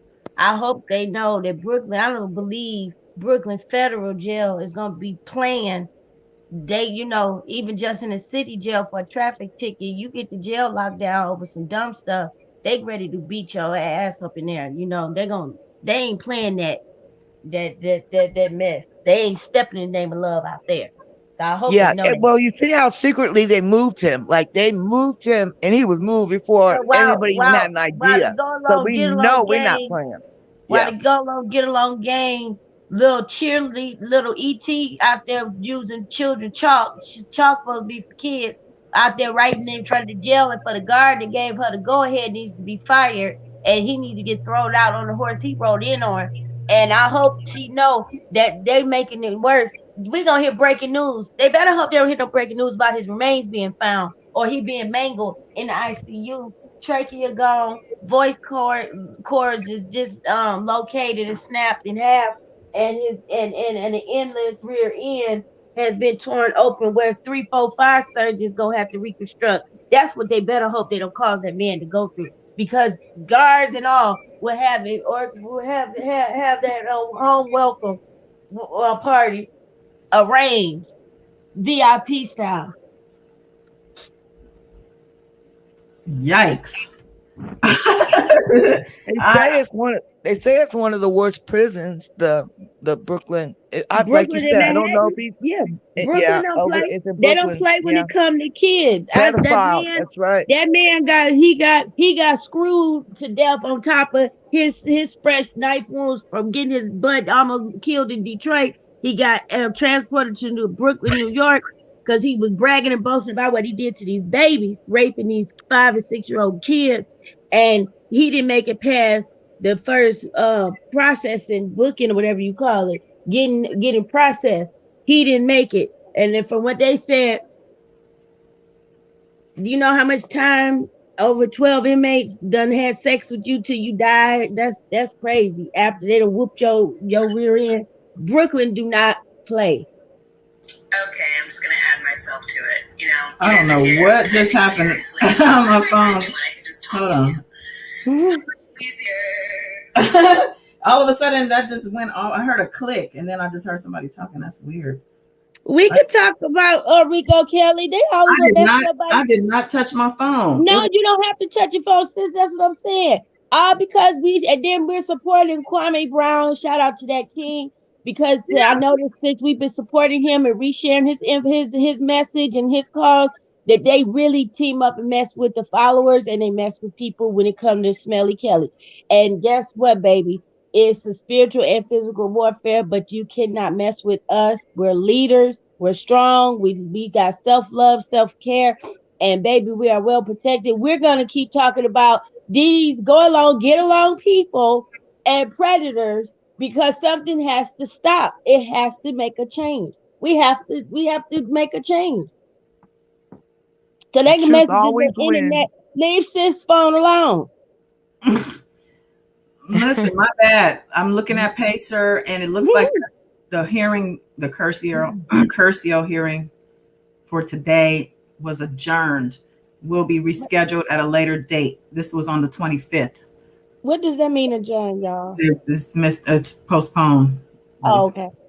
You think because when Cosby got released, they put a riot or something in the jail? This happened on the 25th. This was. Okay. I'm just not seeing it. Okay. Yeah, so I think they were giving them. Thinking back, they gave them Judge Ann gave the judges. I mean the attorneys till the 28th to file anything that they wanted reviewed for the Curcio, this next Curcio hearing. So if I can remember correctly, I brought it down. That she gave them to the 28th to turn stuff in. So she probably needed time to review it. It was set for the 30th. She typically would have been able to deal with that. So I don't know if that's. I didn't think that would be the reason. The 26th that they had to go to. Yep. Wow. They do jury selection August 9th. They what is it? Testimony and pre-trial. That's around the corner, y'all. July 1st is tomorrow. That's in a few hours. Hey. What's happening on the 7th? Is that just a status hearing on the 7th of July? That's supposed to be. He got July the 7th, July 19th, July 26th, August 9th, and August 11th. He got. What do you mean he got? Where are you getting this from? No, from them when we listened to the status hearing, the date of the status, do the status update, and then when they go do the testimony and for the pretrial, they select the jury on the 9th. I guess he was supposed to do this before this mess came about with Becker. He was doing this. I guess the status updates was the dates of July the 7th, 19th, and 26th. Because he's supposed to be transported, before this mess happened. Remember on the call, she named the dates of the status update that they would do before he got transported, before they found out about Becker? I remember. Yeah, I remember. That's what I'm saying.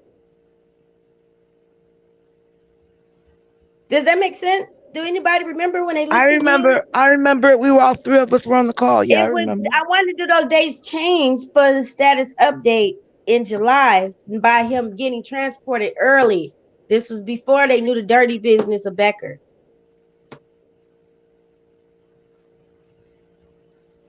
Okay, we can move on. It's silent.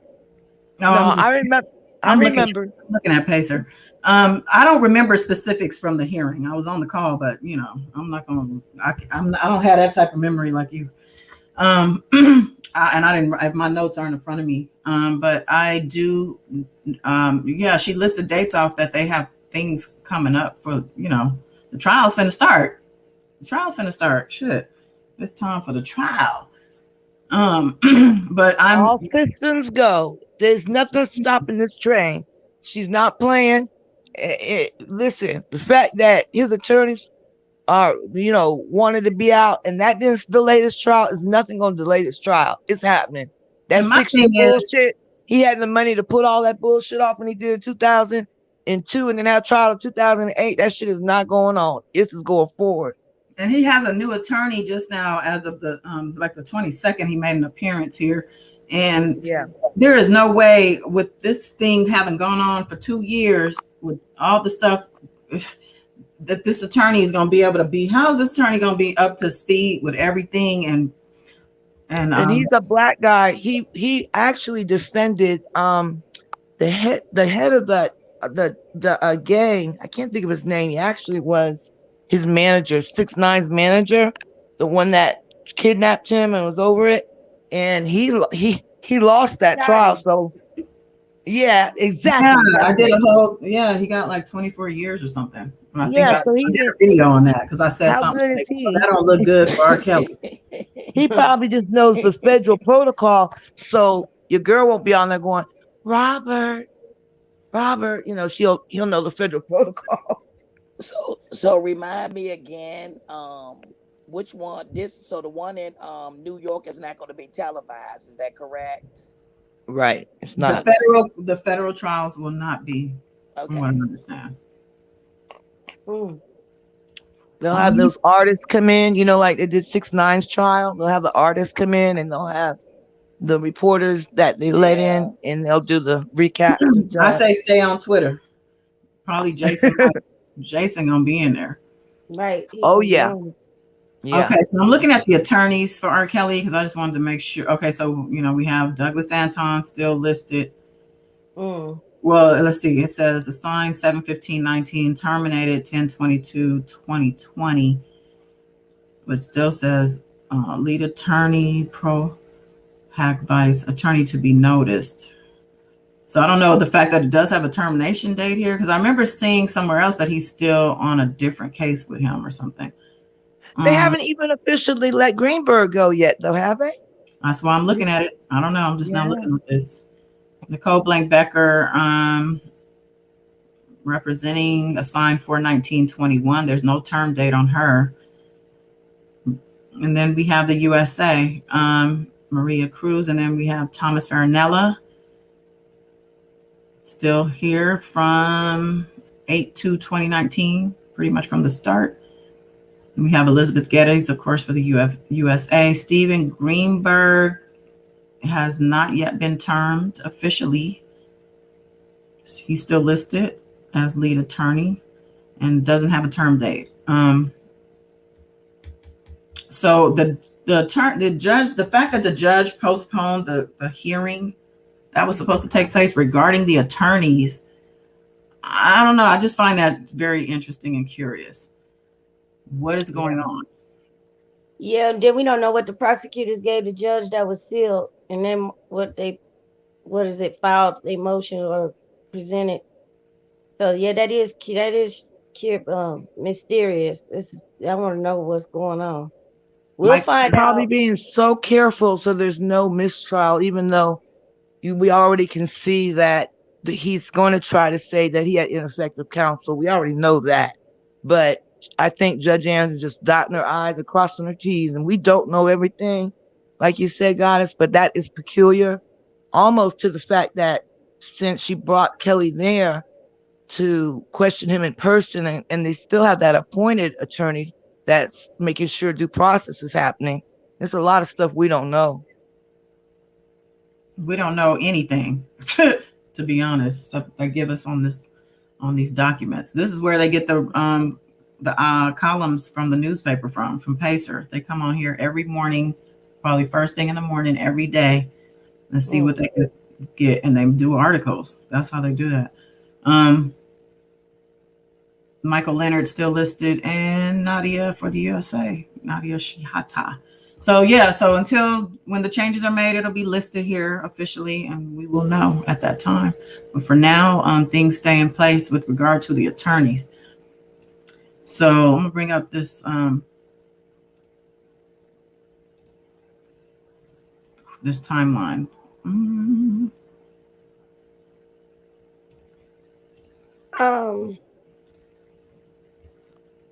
Yeah. You messing with those animals? No, I was just when we finished the timeline. Oh yeah, this look like a good one right here. Yeah, it starts off. Well, so we went through some things these past couple of lives based on a timeline from time.com, but I came across this one from the BBC.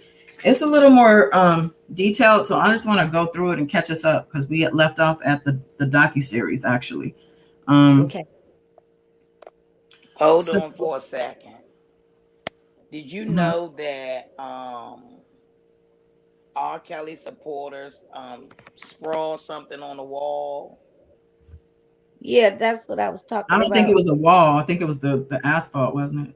Yeah, her name's Nobody's Anybody or whatever her name is. We don't need to give anybody. We don't need to say nobody's names. We'll just say nobody. Nobody. Okay. But yeah, non-factor road in the parking lot. When Kim did her little tirade a couple minutes ago, that's what she was talking about. She was fussing at these people. If you weren't, see, that's why we're calling you to see if you was here. Oh, love. You know what? Kim did. She talked about it, but look, Kim. She was basically telling those people, you don't know what kind of damage you're doing, even though this person supposedly had approval from the guard or guards or whatever. People. Some people say it wasn't a good look. I don't know. It wasn't, but they locked that jail down. They lock a jail down, even just a regular city jail. Them inmates will find out who was to blame, and they would be ready to send a message across. They will make an example out of you because you're affecting them getting in the day room. You're affecting them. Well, it was reported that that wasn't the reason. Supposedly there was a suicide or a suicide attempt that caused that lockdown. I don't know that to be facts. I'm just putting it out there. I don't know. Yeah, but I just hope, they're going to really try to put on a monkey show now. Cosby's out. They're thinking that they can march up and down like they back in Chicago, what real Chicago people do. This how Chicago. Yeah, the New York people were already spitting on them the first time they went up there and tried to. But if they think they're going to take their monkey show. Let her finish. Go ahead. If they think they're going to take their monkey show out there, turning cartwheels, dragging the kids, no mask, everybody doing this bull crap, I hope they know they're not. Chicago, okay, yeah, we already know. That's for the world to see. Chicago let a lot of things slide. That's why he starts sliding in the videos, starting off sliding all in the house, dancing and stuff, because that's where he got it from. His hometown. That's not his hometown. They're not gonna play that. Brooklyn people are not stepping in the name of love. I'm a firm. That's the person that drew that. Hey, the person that drew their support all over that concrete is from New York, right? Yeah. So he got some support. I'm just saying. And that guard needs to be thrown out on the horse he rode in on. That because you up here trying to hey, for all we know, he might have been making. He might got scheduled date. He's probably a fan, and he probably let him use his phone a couple times. That's how they roll. But they'll turn on him if that guard really did say that. They'll turn on them in the end. They all turn on each other. They'll be playing audio and video. He the one said so. Oh yeah, everybody tells at the end of the day. I don't know why I can't open this all of a sudden on my phone. So this timeline. So we went through this, right? So we talked about Aaliyah. He married her. They actually have a copy of the certificate here. As well as they said the annulment records are also on record. So all of that stuff still rings true here. Wait, I lost my place. Okay.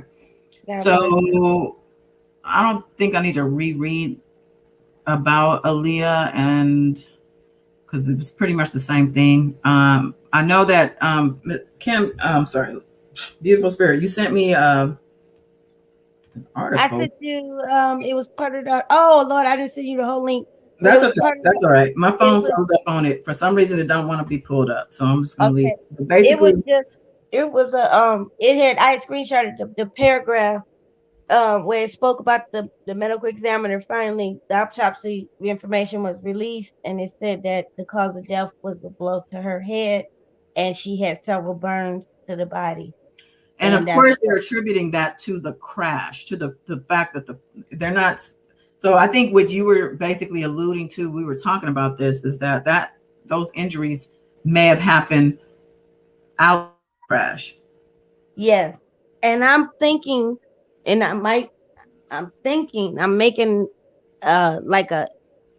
I'm wondering, is that the reason when the when the writer was going to release the book, when it said the murder case of Aaliyah, I wonder, is that why the book hasn't been able to been released? Is because it's been put at a halt because it is, they said it is things that's not unsealed to the public, new information and evidence in her case of the her early demise.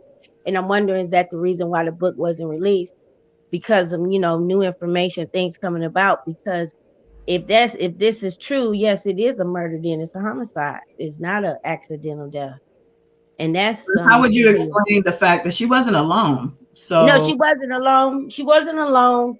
I did see different articles that was recent, like within the past 3-4 weeks, that's been written about this. One minute they said it was 9 people on the plane and one person lived for a few days in the hospital.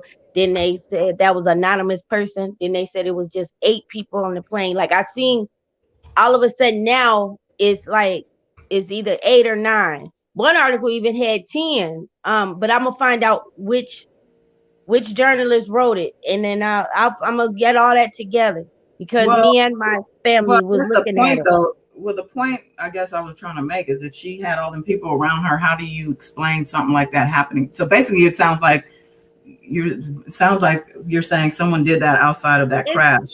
She was it's murdered. yeah, it seems it's just suspicious and mysterious to me. It's just questionable. Like, if that was the case, how did who put the hole in the baby's head? Due to the fact there was other people on the plane. We still don't know what one of the victims, they said, that spoke of last words that was whispered to one of the people that came to the crash site. The one black guy that was a resident of the island, he never said what was told to him. He said he held the person's hand. He didn't say if it was a man or woman. And he said they said something to him. This person supposedly had lived for about 15 minutes. Now, I don't know. And then whoever had lived for a while in the hospitals and out there on the in the Bahamas, we don't know what they said, because they said that this is somebody that had asked for water and was able to speak for a while. A male, they said that's anonymous, that they're not going to release this person's name. Now, that I didn't never hear that before. There was an anonymous person that lived for a while in the hospital. Just like news to me. I don't know about anybody else, but it just make me question it, because if it's true that R. Kelly was on that island, and then now we hear the cause of death is a hole in her head, a blow. It says a blow to the head. Then it just makes me question about all of this. And then now with certain things, coming out to the light. So it really something I want to I'm going to keep up with it and keep my eye on it, see what would be the outcome of this. Well, I don't. Well, good luck. I don't see any new news coming out of that case, but I do. I don't know. I just find it hard to put together the crash and the fact that he was if he was on the island, I could see that being the reason why she was trying to get the hell up out of there like she was. Yeah. I remember that. But as far as the injuries go, I mean, I don't know. I mean, look, you know who to call if you get any information. Make sure we can break that news. Let's see. Hazel E. A Billboard article wrote in November 2003, pathologist Dr. Giovanni Raju revealed the singer died of severe burns and a blow to. Oh yeah, that's the article, isn't it? Wasn't it Billboard? Oh no, it was off of Billboard. That's why I had asked you for the link, because they had mentioned a Billboard article and I wanted to click on that article, but I didn't have, all I had was a screenshot. So that's the article she's referring to, is the Billboard article. Okay. But yeah, that's sad to even be talking about her in this way with those injuries. I'm sure that wasn't fun, you know. She did I remember an interview she did, and she talked about the dream she had, and she said she remember she was flying, and then all of a sudden there was a beautiful light. Yeah. They were putting that interview after the fact. I remember finding that real interesting, like she had some type of premonition. Yeah. And I think that just kind of tells us that she's in the light, you know, she's in the heavens. Yeah.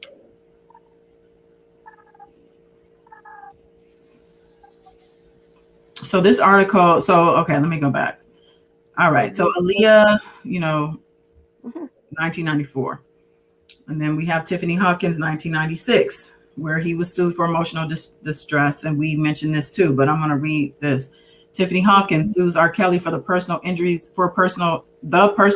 and emotional distress she suffered during a 3-year relationship with the star. In court documents, she says she began having sex with R. Kelly in 1991 when she was 15 and he was 24. And the relationship ended 3 years later when she turned 18. Yeah, I think I remember reading that actually. According to the Chicago Sun-Times, Hawkins sought $10 million in damages, but accepted a fraction of that amount, $250,000, when the case was settled in 1998. Okay, so it took 1998 was settled. Doesn't say what year. Okay, so says Kelly's spokesperson said she had no knowledge of the accusations, of course. Now, this one, the other article, I think mentioned Susan Loggins, because I believe Susan Loggins was on this. And I had said something to the fact that I believed his team is the one who was sending those girls to Susan Loggins, the attorney who was getting these deals, getting her cut. But Demetrius Smith took Tiffany Hawkins. Spirit and I were having a conversation, and she mentioned something about the fact that Demetrius Smith was probably the person sending the people, which made more sense because she literally filed these cases in court, and there was the little bit that I was able to read. It's very damaging against R. Kelly, so it didn't make sense that R. Kelly's attorneys would send these girls to Susan Loggins, who would then turn around and file. So for an insider to have been doing that for a cut of the settlement money makes more sense. So yeah, I don't know if you want to speak more on that. Yeah, and I had to remember Demetrius Smith did take he took Tiffany Hawkins to Susan Loggins, and I forgot who else he had taken. I'm not sure if he took Duranda Pace. I'm not 100% sure. I would have to research that again. I'm not sure. Somebody was taking her. Somebody took her. Yeah, I'm not, and I'm pretty sure he did, because at the time when he even said it out of his own mouth, his own words, if R. Kelly ticked him off, he would either take money or whatever, spend one of the debit cards. He said he would feel like he owe him. He would do get back, and one of them was, okay, now I'm gonna go take one of the girls and get them some help and everything. So I don't know how he came across Susan Loggins. That part I never found out or heard about or read of how he knew of her to know that she would be the go-to attorney to take these girls to her. But I also not for sure, now that we speaking about Miss Tiffany Hawkins, is it just rumored or is it facts that R. Kelly really had a child that was even younger? I want to say it was rumored the youngest, like maybe between the 1987 and 89, that two officers was like looking into him before Tiffany Hawkins. Did he have a victim that was from a middle school that was, the youngest age? I'm not sure how true it was or if anybody knows, and how could we get that information and find out? I have no idea. Yeah. Anybody else? No. Or did anybody hear of that? I Well, I'm forgot sure. where I heard Look, it from. most of the information that we've heard about is public. Like we've Yeah, heard about it, we've read about it. So I doubt that anything we're still questioning at this point is somewhere we can probably find. I mean, unless you have some other sources that most I people don't don't know know. why I want to say Jim Derogatis had mentioned it. I'm gonna have to quit being lazy and read his book. I don't know why I want to say he spoke about it, but it'll come to me. Because he spoke about a lot of stuff. He talked to a Yeah, lot of people. shout out to Jim Derogatis. Oh Right. my God, God bless the man. Hazel E said, I read Tiffany's settlement. He was finalized in 1997, the same year that Aaliyah expunged the marriage off her public records when she turned 18. Okay. Um, I don't know. Well, this timeline says 2090. It was settled in 98. It says. Carcino did a video where he spoke. He knew Tiff. He went to high school with Tiffany Hawkins, and he knew her sister too. R. Kelly had her sister too as well. The mom introduced her babies to R. Kelly when he had the apartment above the record store. That was the Slash studio. That was when he confirmed that Tiffany Hawkins' story is not a lie. He was telling the supporters that she was not lying about what happened to her. And he said he remembered when she had to wear the jogging suit, R. Kelly had to drive and pick her up, and she was missing for a while. And he said that he could tell she'd never been the same since. When she had came walking up the street, he said the whole neighborhood was looking for her, and her father did not play games.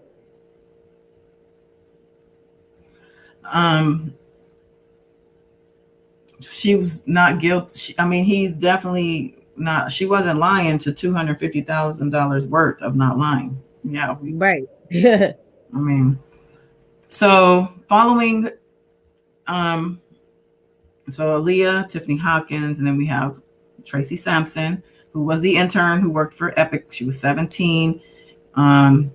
Quotes from her says that he treated her as his personal sex object and she was casted aside. And she said he often tried to control every aspect of her life, including who she would see, where she would go, and said in her legal case against him, that's what she said, actually, against him in her case. And it was settled out of court for an undisclosed sum, probably around the same tune. I'm thinking 250,000. And this is crazy to me how all of this is happening. And this is pre his indictment, his initial indictment. Like, yeah. Because even after that, in April and May 2002, there were two more court cases. He was sued by Patrice Jones. A Chicago woman claimed he impregnated her when she was underage and that she was forced to have an abortion. It says a woman named Montina Woods also sued Kelly, alleging he videotaped them having sex without her knowledge. The recording was allegedly circulated on an R. Kelly sex tape sold by bootleggers until under the title R. Kelly XXX. The star settled both cases out of court, paying an undisclosed sum in return for a non-disclosure agreement. A non-disclosure agreement can't cover up a crime. Like, I'm just worried about these non-disclosures. And my thing is, why is this stuff is being reported? I'm assuming after the fact, but my thing is, this is just crazy to me. All of this is just even just reading. I've read the stuff so many times, but it doesn't matter. It's unbelievable. It's like how was this possible for him to? Yeah, and the thing to me is that he has never he paid this money, right? I guess because he just didn't want to be bothered because people are so innocent, but he never fought or sued nobody for, like, where's the lawsuits to Jim Derogatis and Gail King or whoever he says lied on him. I mean, people that wrote books that threw his name all in the book, all kind of mess. There's lots of YouTube videos too. Yeah, I mean, he's never counted sued, but you can't do that when it's the truth. But you know what? They probably be so ignorant. Why would he sue when he knows the truth and he didn't do anything? But it could nobody accuse me of no heinous crime like that, and I know God gonna well 100% to the depths of my soul that I'm innocent. Maybe the first time anybody get the first accusation out good, and I'm 100% innocent. I'm fighting to the tooth and nail. Can't nobody put that kind of jacket on you for the world for over 30 years repeatedly, and you just sitting up and steady sliding and dancing, thinking that it's cute, and you ain't said nothing, nothing, nothing but, oh, no, don't listen to that, y'all. It's just, that's just how it is. Oh boy. So of course, 2002 was the indictment, 21 counts of making child pornography involving intercourse, oral sex, urination, and other sexual acts. And he posted $750,000 bail at that time. He got a not guilty.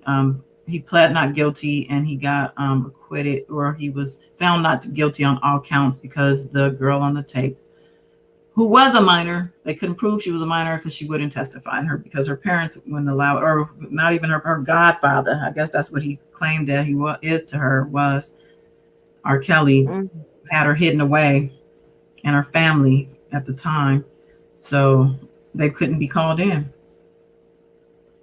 They weren't. So it just went away. He got out. He had a chance to start over, start a new slate, clean slate. But even within, so he waited 6 years for the trial. So in between the trial and the indictment, there were more crimes. We talked about this too. The fact that he was in Miami, and he was he got another arrest, and this was some more child porn charges. They say some naked pictures of an underage girl were found, but because of an illegal search and seizure that supposedly took place, they dropped the charges. I don't know why they couldn't have pursued that legitimately after that. So that's still a question for me. Florida, it has caused this man some problems because that's where he met Azriel, right? Yeah. Yeah. So let's see. So 02 to 04, and this seems to skip over 2008. I would say 2002 to 2004, and then go to 2017. Huh. Well, it does mention here that he was found not guilty, but I want to interject that his lawyer at the time, his lead attorney, Ed Jensen. So Ed Jensen, I think he was on his deathbed. I mean, I wouldn't want to say he was senile, but this was back in March of 2019, before he was indicted by the feds even. Because he, I think, was getting arrested for the child support stuff. Well, he got arrested on the state charges, right? And then the child support stuff. And then the feds came knocking or grabbing him off the street, actually, in July of 2019. So this article is back in March of 2019. It says, I'll just read some of it. As if R. Kelly didn't have enough legal woes, now his ex-lawyer, who saw him through child porn charges more than a decade ago, told a Chicago newspaper columnist Friday that the R&B star was, quote, guilty as hell, end quote. Guilty as hell. Ed Jensen, a famous Chicago defense attorney who says he's dying of cancer, so he's trying to get this thing cleared up so he don't have to face this music, when the big thing happened. But it says he might be in trouble for violating legal ethics rules, which say attorney-client privilege is sacrosanct and permanent unless the client lifts it. No doubt Kelly would not be thrilled that his ex-defense lawyer is commenting on his guilt. Steve Greenberg, Kelly's current defense attorney, told USA Today that Jensen had been in and out of the hospital lately. Says, when I asked him about the comments, oh shoot, where'd it go? What happened? Some ad just took over. Something happened. Let me see. Oh, here we go. All right. When I asked him about the comments, he told me he has no recollection of the conversation, and he would never have said that because it would be completely improper and wrong, Greenberg said in the email. Of course, he's going to tell him that. And I got to explain to you, ain't none of your damn business about to say that. Get off my line. Right. He's not going to just go ahead and answer himself. The Cook County State Attorney's Kim Fox's spokeswoman did not return a message from USA Today. Kelly's publicist Johnson said he would issue a statement later. Oh, Daryl Johnson. His old fraud, federally ass. Says, meanwhile, Jensen's comments sent shockwaves through the Cook County legal community for seemingly betraying his former client. Oh, you're not shocked at the fact that he is guilty because you already knew that, huh? Right. Ain't nobody shocked about that. They're shocked about the fact that he betrayed his former client, who now faces of aggravated criminal sexual abuse against 4 women, including 3 who were allegedly underage at the time. Says he definitely violated his ethical responsibilities, and the lawyers cannot reveal information learned during representation, especially a statement regarding his person's guilt. And they shouldn't even be representing a guilty person like that, but I guess that's how the game is played. It says it was extraordinarily inappropriate. Clearly, Jensen violated his professional duties to his client, and the fact that Kelly is no longer his client is completely immaterial and irrelevant. It's a huge breach, an electrifying turn of events. And it says Jensen represented Kelly at least twice when he was tried on child pornography in Cook County in 2008 and was acquitted, and when he was arrested on similar charges in 2003 in Polk County, Florida, after investigators said they found 12 photographs of a new girl at his rental home, charges that were eventually dropped. So the pattern is there, big time. What does this house say? They really wanted him to continue this. They really wanted him to be able to get away with this. A lot of people, they're so angry that he got caught. They didn't want him to get stopped. They wanted him to continue to assault and abuse and traumatize our kids. They really wanted him to continue this. Well, it says when the Chicago Sun-Times columnist asked Jensen about Kelly, he said, asked him, any insights into R. Kelly, the man? And then he said, guilty as hell. He actually asked him if he was guilty as hell because he knew he was. Steinberg asked the man, and he said he was guilty as hell with an exclamation point. Jensen replied, I don't think he's done anything inappropriate for years. I'll tell you a secret. I had him go to a doctor to get shots, libido killing shots. That's why he didn't get arrested for anything else. Well, yeah, well. Steinberg held off on sharing the story because he didn't want to affect potential jurors. But after seeing Kelly's ranting, crying, screaming interview with Gayle King, it seemed no longer concerned. So he basically said, let me put this out there to counter that because that's crazy. So if he didn't do that Gayle King interview, this information may not have come out after all. I wonder what other information that these reporters have that they aren't releasing or making public. Right. Yeah. I feel it. He said also he had no concerns given that he was dying of bile duct cancer. Ugh. I know that was painful. You know what? That man he probably defended so many disgusting people and got them off. And that to me is payment and karma for him getting R. Kelly off like that. Yeah, because he said he was in stage 3 at the time he helped R. Kelly in the first trial. He thought that he was on his way out then, and he's allegedly, that's what he said. Like basically, he was, I guess, an atheist. He said, "Got to be something a higher power made he lived that long to get to confess with that tongue." He said, that's a lot of years. Yep, when it ain't your time, baby, it ain't your time. Keep you here long enough. Cause you gonna face these troubles long enough for him to tell the truth. Yep, he said, he said I could say whatever I want, but we've got to do it fast. He told Steinberg it would be nice to get it down so somebody knows besides me. He was ready to get that off his chest. He said the Sun-Times is a tabloid popular in working class white African American and Hispanic communities that will be the likely jury pool. So it's likely that at least some of them will have read this, Stoltman said. The defense could use this as an example of the negative coverage against Kelly that makes it impossible to get a fair trial. And that was something I was thinking too, like, how are they going to get some jury members?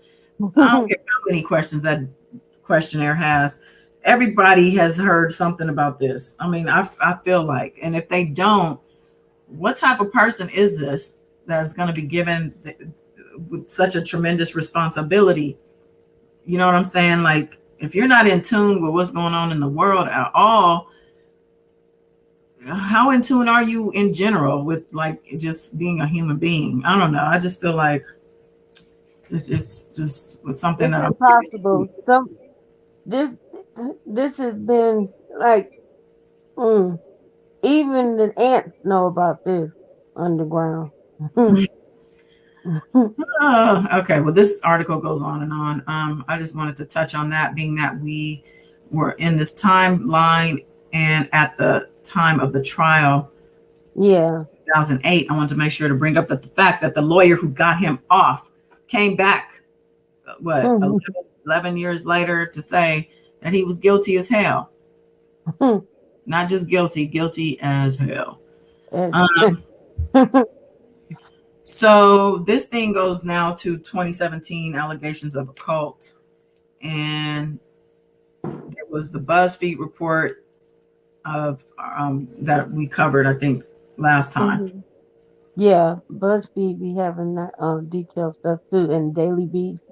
It doesn't mention either that there's over 60 documents from the 2008 court case that are still sealed, and also that still sealed today. Yeah, and also that the jury tampering that has been found out from 2008 is part of, I believe, the federal case in Chicago. And I don't know if it's going to be in the federal case in New York, because that's all about the RICO and the enterprise. But the actual jury tampering that was done was released. So just like Jensen saying he was guilty as hell, that's what, for him to say that, and I think, Kim, you were mentioning that he said that in a room full of people, that was to clear his own conscience. But it was a violation of him being an attorney, but he ain't saying nothing that we all don't know. Right. But coming from him, it is a big deal. He was the man who actually represented him in court. So yeah, and it was for him on to the set that on record, it's a violation, like you said. Well, he's dead now. So yeah, and I believe the judge had passed away either right before him. I believe, if I'm not mistaken, the judge at the time in the first trial, I believe, had passed away right before Jensen. So I don't even know what. I think allegedly the authorities questioned that judge, had tracked him down and got questioned too, but I'm not sure 100%. And if they did, I wonder what was his response and testimony that he gave. I sure wonder. Well, if they ever unseal all those documents, I bet it'll paint a clearer Oh, it'll picture. probably come out. Yeah, and the judge probably ain't no telling, especially about those secret meetings. What was really they going must be on? permanently sealed, because I don't typically documents unseal they unseal the documents after, sometimes even before while the thing is still going on. Like, it's a certain time frame, but not this long. Not usually.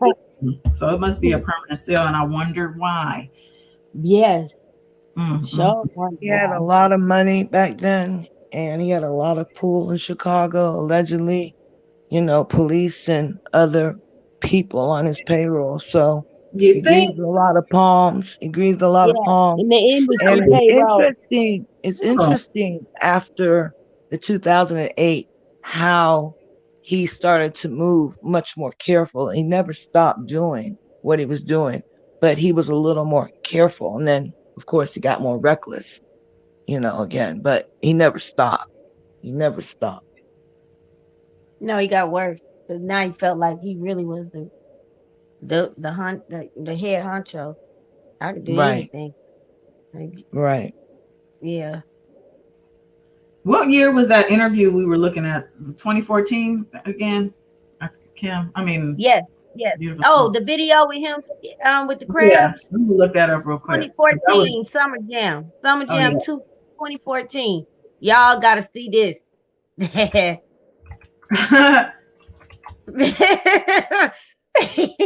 y'all gotta see give them the this. background so they could understand why we were Okay. looking at So it. came out that Carlita Hodges had mentioned, they were saying about his hygiene. That's been rumored over the years about his hygiene Yeah. and how he go from the court straight to the stage and all this and that and the third. Even Lisa Vann brought up about his hygiene. Well, I remember Carlita Hodges did an interview with Toxic Diamond, and she has a book too. That's Demetrius Smith's sister. That's Craig Hodges, former NBA player, wife. So Wow. anyway, they are the ones that Demetrius Smith took R. Kelly to basically like be his man to manage him and invest in him in his music career, and they fronted the $30,000 at the time. Well, she's mentioned that how she would always have to play it off when they did have sex. She said about 6 times with R. Kelly. Um, that she would play it off to run the bath water and shower so and use so he can clean his rear end. But she mentioned about how he had crabs and she had to call the physician had to call a script in and she had to pick it up, and she said that she knew he didn't bathe like that because he didn't even know how to turn on the shower because the doctor and no the pharmacist had to tell her how to use the medication, how to run the tub, and she said how to it was I'm sorry, it make me, oh my god, it's like Fear Factor. She said how the crabs was on the sheets and then popping off of them in the tub or whatever. It was nasty. But I was wondering, he must have had the crabs then in this Summer Jam interview 2014 because y'all he kept wiggling, he could be still, and he had to have some kind of odor on him because the woman face expression, oh my god, is priceless. She Okay, looking so like let's go she ahead and didn't even play. talk. Let's go ahead and, huh? I said it was priceless. You can go ahead. So that's the backstory of why we got this video. There you go. Backstage at Summer Jam 2014, and of course, you already know my man just rocked He the can't stage, stop moving that leg. We got not the king, K-I-N-G, but the King, K-A-N-G, and he's sticking to it. R. Kelly in the building, man. How you feeling, I bro? can't sing. I'll leave that. What's going on, Doc? Hey, I just want to say this, man. You are unequivocally, man, one of the greatest performers ever. How did it feel to perform? I know you go all over the world, man, to do your thing, but how does it feel to perform in front of your hometown? Right. Well, first of all, you heard the last song. Look at her face. The outro. Yes, Ain't sir. no place like home. Yes, sir. That's why I did the song, man. Decided to remix it real quick because I love my hometown. Everybody know that. I ain't went nowhere. She's holding her breath. Still in Chicago, representing my city. So, that's what it feels like to me, man. It's She's like, whoo. We will give that to you. You've never been corny. You've never sold out on your hometown. Wherever you are, Even though we know we got houses everywhere. Yeah. I'm always have a 3 flat at the crib. He can't stop moving. He can't stop moving. Look at his legs. As Tony was saying, you're doing your thing, here at home, but we were fortunate enough to stand on backstage, along the stage side. And let me tell you, looking out and seeing the crowd and seeing everybody sing along with those songs, it's like, I can't imagine you being the performer that you are, being around the entire time that you've been for years, and seeing people have so much passion for you. Okay, I can't. That's enough. And look at his face. Oh my God, it's burning him up. He's uncomfortable. She's uncomfortable. Like his herpes might have been active too. It wasn't just the crabs. His herpes might have been active. You know how it goes dormant and then it's active. Something was tearing his behind up. No, wouldn't know that. Would not know. But thanks for letting me. Thanks for the insight.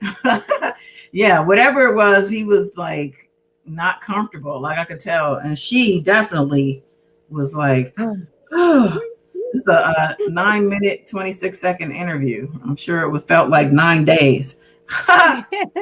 Ain't got them leather pants and the boots. Oh Lord, have mercy. Oh God. So yeah, definitely definitely want to just look at that. I thought that was hilarious. When we were looking at that after the last live, I think we had popped. Yeah, that was so funny. Yes, Miss Asia. Let me go back to the crime line. And whoever was on the end of the couch, he kept kind of scooting. Yeah, I thought he was gonna scoot himself up off the couch. Well, he had his back turned to somebody, and whoever he was looked like he was happy. He was like, "Yeah, stay over there." Nasty bastard. Ugh. And people think this guy is just so amazing. It's just so funny how we as humans, there's so much to us, and we are such different everybody has a different opinion and different thought process, different way of feeling about things, because I really can't wrap my mind around people who support this man. I don't get it. I don't get it. And then he had the nerve to be putting his hands on somebody and then forcing them to perform sexual acts on his stinking, foul, dirty. Oh no. Mm-mm. Nope. So 2017 was the Buzz. What was it? The Buzz. What was it called? BuzzFeed report. There you go. So this is where the whole sex cult accusations started coming about, and Jim, he says he strenuously denied the story, which was written by Jim DeRogatis, who doggedly covered the allegations, as we know, for 2 decades. And it says all of the women cited in the article were of legal age. One later denied claims that she was being held against her will. Says, I'm not being, and it was Joycelyn, of course, I'm not being brainwashed or anything like that. She said in a video call to TMZ. However, she would not reveal where she was speaking from or the nature of her relationship with Kelly. Says R. Kelly's lawyer, Linda Minch, also issued a strongly worded denial, saying that Starr was alarmed and disturbed at the recent revelations and would work diligently and forcibly to pursue his accusers and clear his name, which he didn't do. He didn't do that. Or you know what? We didn't know about it. It was done behind the scenes. What was that? I was just thinking about Goddess when you interviewed Jim DeRogatis 2 years ago. He said at that time on your channel that the case would not go to court for at least 2 years. He said that. Remember that? I do. And I remember saying, you think so? And I was like, we were all like, no way, no way. It's not gonna go off the air. I remember that. Yeah. I remember asking him, like, you really think that? Oh, okay. Wow. Yeah. I hope not. And here we are. Yeah, he called it. Yeah, it was 2 years. It was like in October, later in the year, but still, it's close enough to 2 years. Yeah. He even mentioned it on this CBS this morning, that it would take that. He the one broke it. He was like, yeah, it's gonna be federal charge. He's gonna catch a federal case. They were like, oh no, Greenberg said it's no federal. He's not under federal investigation. They're not gonna get him. Yeah, he left a lot of jewels on that interview. If anybody hadn't seen it, they need to go back and I'm going back and read that video back and watch it. That interview. And Greenberg, for the longest, nobody emailed me. No, don't know nothing about it. Yep.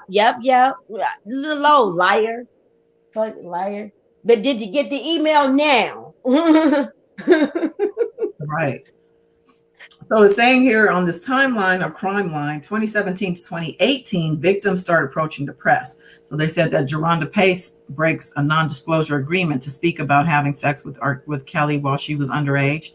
Another woman, Kitty Jones, claims the star starved her, coerced her into sex with other women, and physically abused her. So this is where I kind of feel like maybe they shouldn't have been going, because this is before he was indicted, right? So obviously the campaign was for him to be indicted. This is what the purpose was, for him to be where he is now, facing these charges.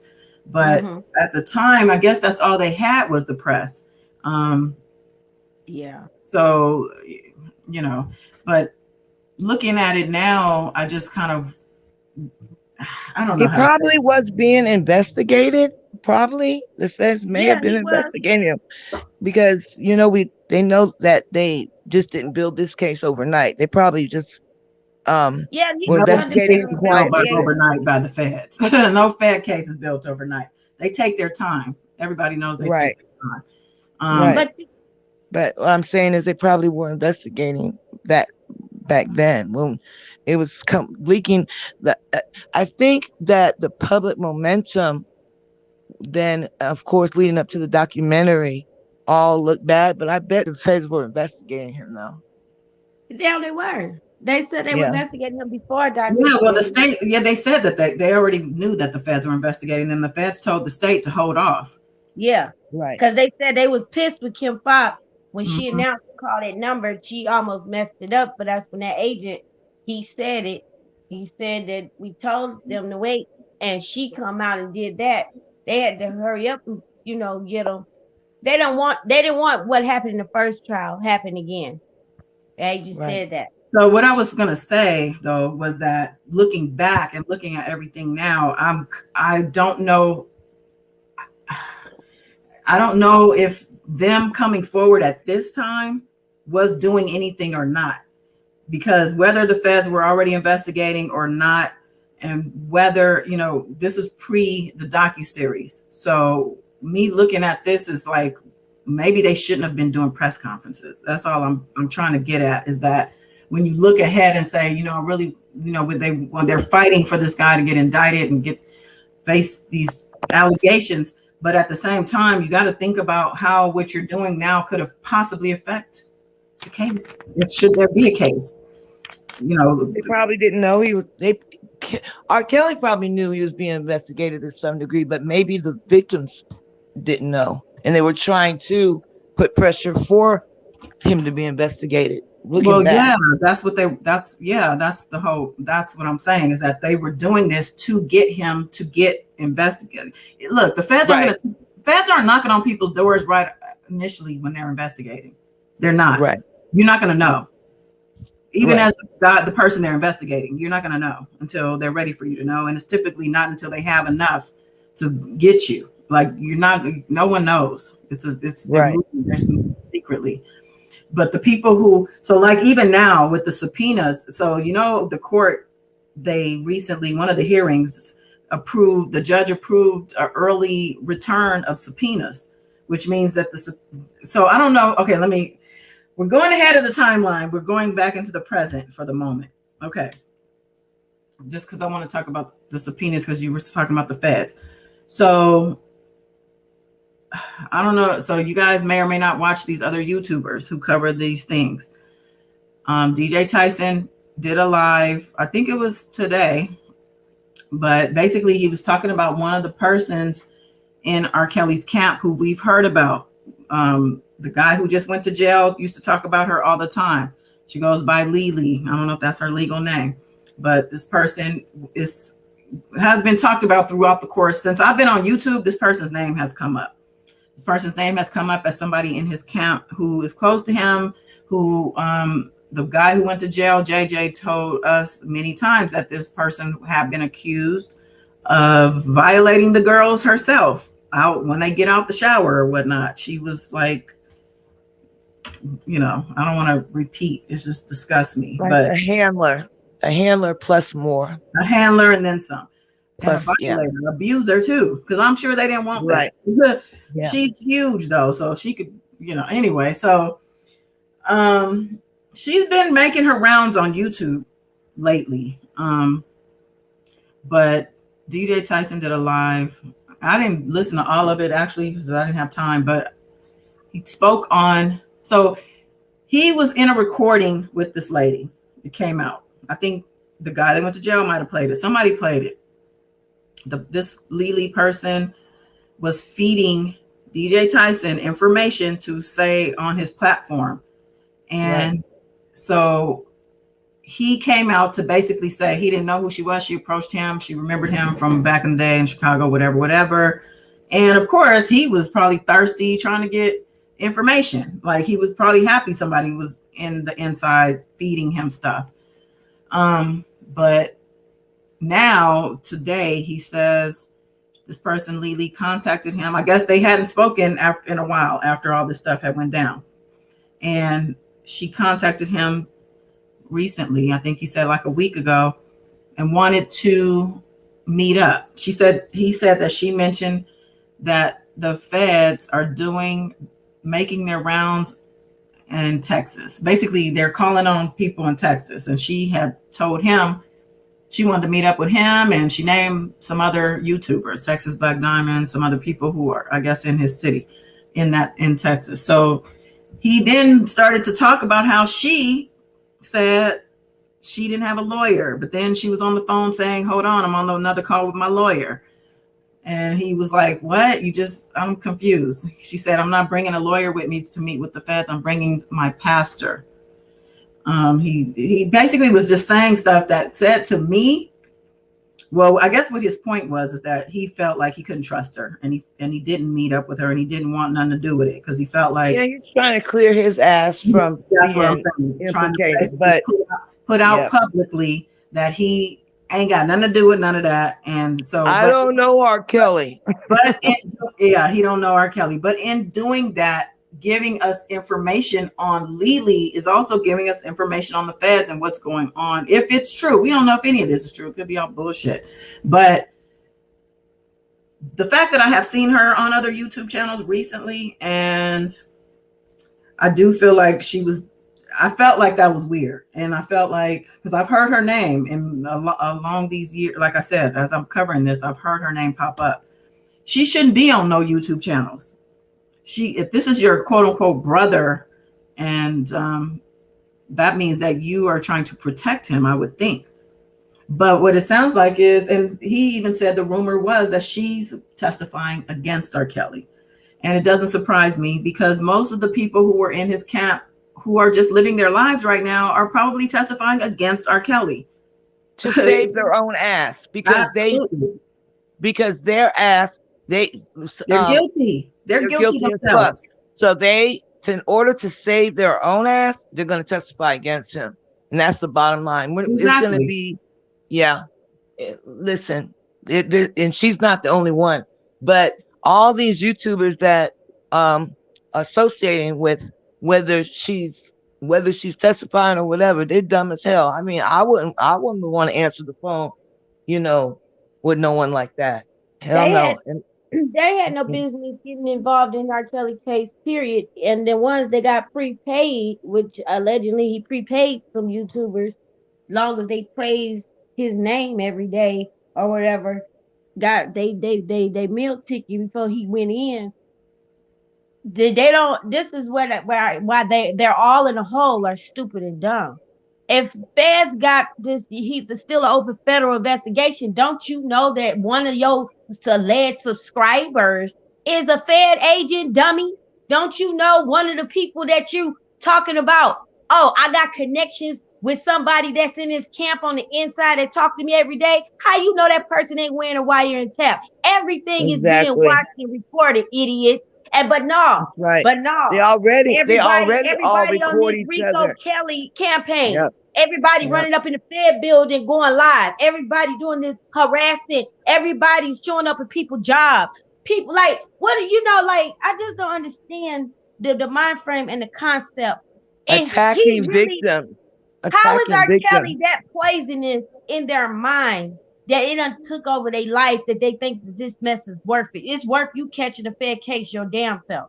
Like, I just don't understand it. And any wife, girlfriend, boyfriend, or husband that lay next to somebody that is consumed of their whole life every day, jumping in front of a screen, catching rallies, flights to go sleep with each other, doing the Rico Kelly cult life bull crap, and then everybody supporting this mess and rallying up. Like, I don't understand.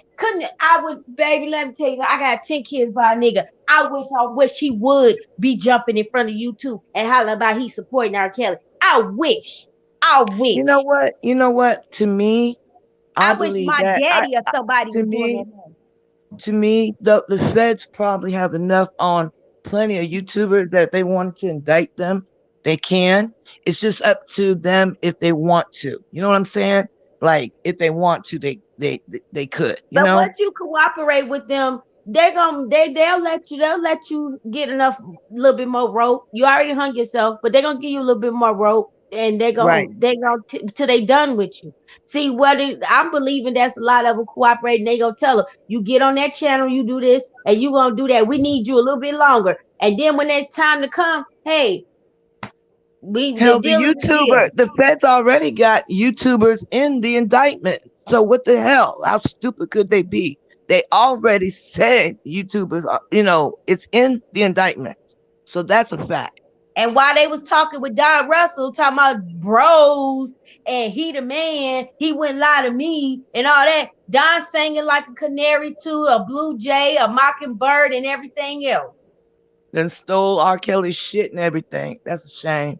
I do, I definitely don't support R. Kelly at all, but I think it's really vile for somebody to go in and steal his shit. That's bad. Terrible. So this timeline at 2018 mentions one former friend and collaborator, Lavelle Jones. Shout out to Lavelle. I interviewed him too. Yeah. That was an epic interview too. Epic. Yeah, said that Kelly asked him to scout out women that looked young at parties, and claims it was common knowledge that the singer preferred young girls. And it says again he denied the allegations. And just so we can get past where we were, because I had to do that whole recap. But 2018 hashtag Mute R. Kelly, staff departures and new court case. It says the Mute R. Kelly campaign lobbies record label RCA to sever ties with the singer. So his little world started crumbling when all this started going down. They also target concert promoters, ticket sellers, and streaming services, with Spotify, Apple Music, and Pandora all agreeing to demote Kelly's songs from their playlists, a decision that is later reversed, it says. Says around the same time, the star's lawyer, publicist, and personal assistant all quit. Although attorney Linda Minch said her departure was unrelated to any allegations related to R. Kelly's social life, which I believe that at the time, don't believe it now. So we know that these people who quit, they're going to be testifying. Y'all know that, right? Right. Okay. Yeah. Right. Kelly continued. London on the track, Cheryl Mack. You got Cheryl Mack. You got the Cash. What's that first? The one that was the stylist. Howard. Cash Howard. Well, she was actually interviewed with her attorney coming out. Yeah, she struck me for that, by the way. She struck me for covering that. I played really? That. She was up there for the world to see. She sure did. You on the national news outlet, CNN, ABC, 2BC, whatever else. And you gonna have nerve, and then yeah, she struck me because I had commentary too, and she probably didn't like that, what I had to say. And she the one that provided the picture to get his fingerprints and stuff, holding the plane ticket with baby girl's name on there. To show where he had flew and left state lines with Miss with the Azriel. And she also was the one that has the photo, the video of her the white girl Ashley Calhoun. Holly Calhoun. Yeah, she supposed to be the and them all in the car. Yeah, come on. Supposed to be rehabilitating madam. The girl left from one situation, as far as the Calhoun girl, just to go to be pimped out and sexually assaulted in another situation. Why you think it's better? Because her little bony coat, she looked like cokehead too. Like she took all the coke. She probably man, that wind was about to blow her away behind her attorney. Got all the pictures of her where she got that ass whipping from him. You talking about Haley? Yeah. And then for Haley to jump up, because she was against R. Kelly. I think she whether she like it or not, she gonna be testifying to. She got to trying to defend him on one of those radio stations. I don't know if it was a Gilly the Kid in them, which I want to say yes, it was maybe. But anywho, she gonna say when she came out there with all her boobs out. he never was mean to me. I was his girlfriend, and I don't know, and he that's had that fear. That's that fear. I'm like, they looking confused. Like, how can you say we saw the pictures? Like, girl, what is wrong with you?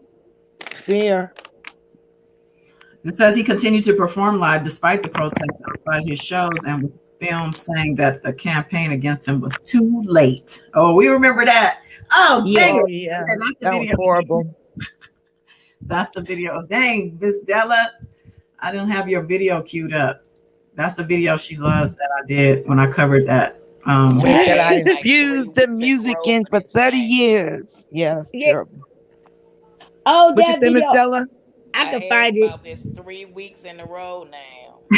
I'm finally at the place where we're at, and I don't have it queued up. Let me see. Did you text it to me? But then I gotta find it. Then hold on. I think I put it in my save stuff. If you have it, just shoot me an email and I could play that part, because I remember you told me the timestamp. Okay, so let's see. So it says here where are we at? Okay, so meanwhile, the star was sued by a former partner who said he intentionally infected her with a sexually transmitted disease. I think we talked about this. Wasn't that Faith? Yeah. A representative for Kelly says he categorically denies all claims and allegations. The star later baited his critics by releasing a song called I Admit. Yeah, we talked about that. In which he confessed to being sexually unfaithful and documented his own experience of abuse, but denied accusations of pedophilia and operating a sex cult. Only God can mute me, he's saying defiantly. I am supposed to go to jail. Am I supposed to go to jail or lose my career because of your opinion? No, not because of anybody's opinion, but because of what you did. Right. Right. It's more than opinion. It's a difference from being accused in opinion. So moving on to 2019, the new documentary leads to charges. Okay. I think we've kind of just basically ended up where we left off last time. It's narcissist ass.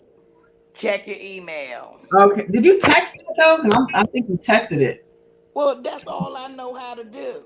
You said check your email. Okay, let me just. No. You're absolutely right. I texted to you. That's okay. I'm gonna just email it to myself because that's how I can pull it up is from an email. I'm sorry. Oh, it's all good. I appreciate you getting to. You got that quick.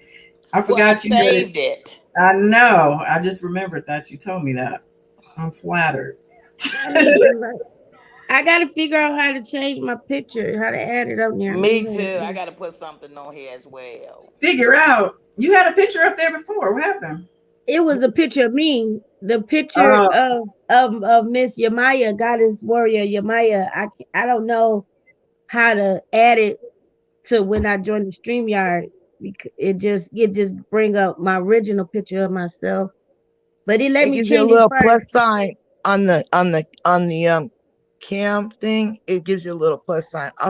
I'll tell you how to do it. I seen that. Okay, I'm gonna have to I thought it meant it was gonna take a snap me while I'm looking at the phone. Miss Della, what's the timestamp again? You remember?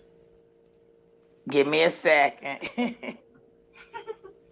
When he did that speech about it's too late, all that mess, you could tell by the angle of whoever was recording him with their phone. You could tell they was sneaking recording him just by the angle of the footage. Somebody was sitting down and he's so stupid and dumb. He's standing up there with it's too late. Yeah, you damn right it's too late. The narcissist. It was like 2 minutes. And I seen a young baby sitting there. Something like that. And I seen a young girl with a t-shirt on, a young baby that was sitting there in the crowd in the room. You calm down, Miss Kim. I told her earlier to breathe. Lord. We love the passion though. Okay, so Miss Della has requested this video from my archives because she likes the part. So we're at this part in the crime line where he basically told the press it's too late. It's too late. Okay, let me see. I've never played a video of mine, I don't think. Let's see. Sentiment about the Mute R. Kelly movement and the Time's Up movement against him. Check it out. I am handcuffed like a lot of you motherfuckers. I'm handcuffed by my destiny. It's too late. They should have did this shit 30 years ago. It's too late. The music has been injected into the world. It's not too late. It's not too late. It's not too late. It's not too late. It's not too late. Why he got on all them layers of clothes? Like it's freezing. Everybody else got on 100 coats. He got a hoodie, a coat. London fall. It's flooding. He got a hat. He got all this garment. He always cover up all the funk. Covering up all his lies, all his deceit. And listen how he talks. He really thinks he the man. That's what I'm saying. Listen. Okay. I hired my motherfucking self. I'm supposed to talk to all the strong motherfuckers in here right now. Yes, sir. Motherfuckers like you. Man, I had some good videos. I'm telling you. You guys should be looking at these archives. Y'all hear those keywords? Y'all strong motherfuckers.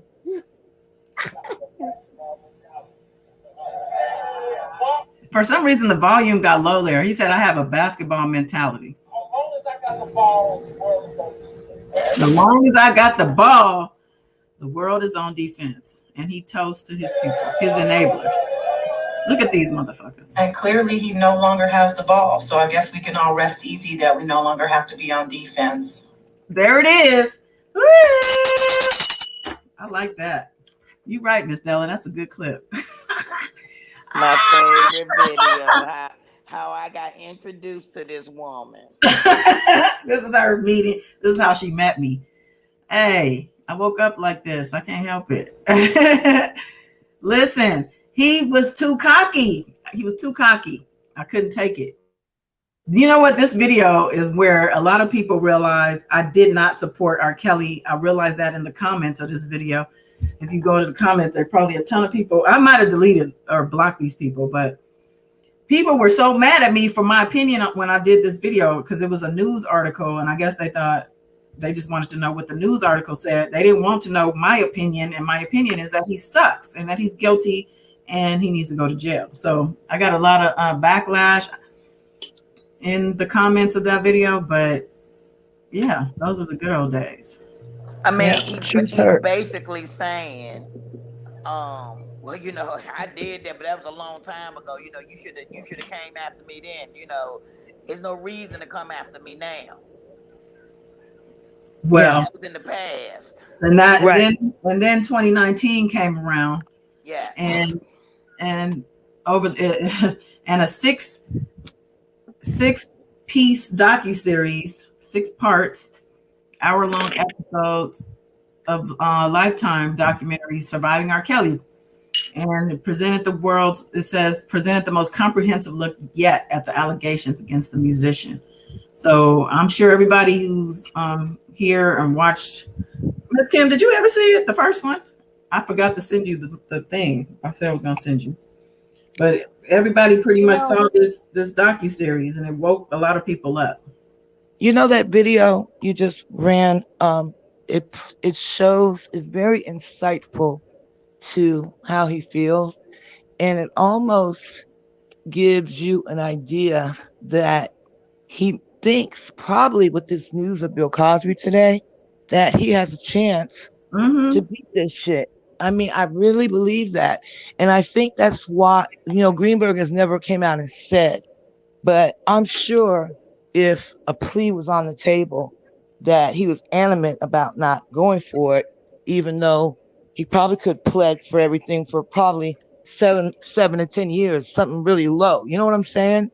But that just shows, it gives you an idea that he really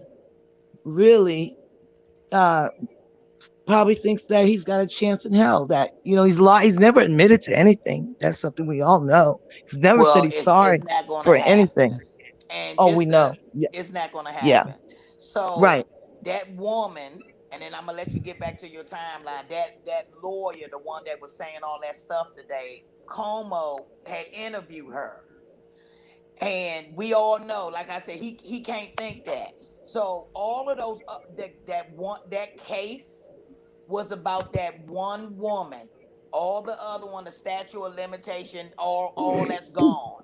It was only about that one woman, and that attorney messed it up because they say the jury was tainted because they should have never played that stuff that he agreed on. That's why they overturned that.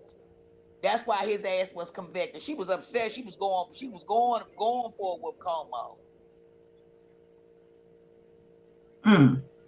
So that's why. So he can't possibly think that.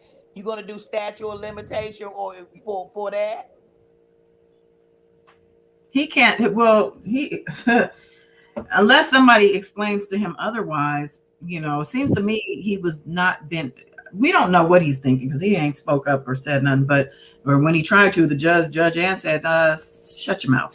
And so think about Harvey Weinstein. Look how old some of those were. His was sitting in jail for all those years. So no, his was thrown out for a technicality because something wasn't done right, and they agreed and threw it out. Right. Well, we detailed that earlier in this live. So if y'all missed it, I know. I mean, In case y'all missed it, because I know Miss Della was watching the movie of the week. We are basically saying. Oh, that's it. I'm done. But yeah, so like Miss Della is explaining, this Bill Cosby situation is not something that is going to transfer over into R. Kelly's world, and he's not going to be able to use the same thing because it was specific to his case, and it was something that is highly unusual for a prosecutor to promise a admitted rapist no jail time if you admit this in a deposition. Like, I'm trying to understand I think the whole point of, like I said before, his getting that on the deposition was so that she could move forward with the civil case. And now you guys are saying that she never got any money. So I'm trying to figure out what happened with that. That's where I'm still confused. I might have to finish watching that news video. Maybe they covered it. But if he did that, the most insight that we have to how R. Kelly feels was the Gayle King interview, and then again the video you just played.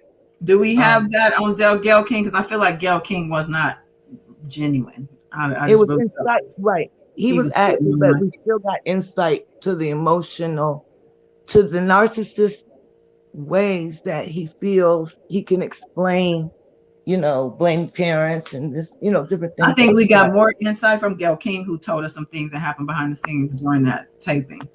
So, yeah. The fact that he was back there tripping and stressing about the girls and should he intervene and coughing and all kind of stuff, Yeah.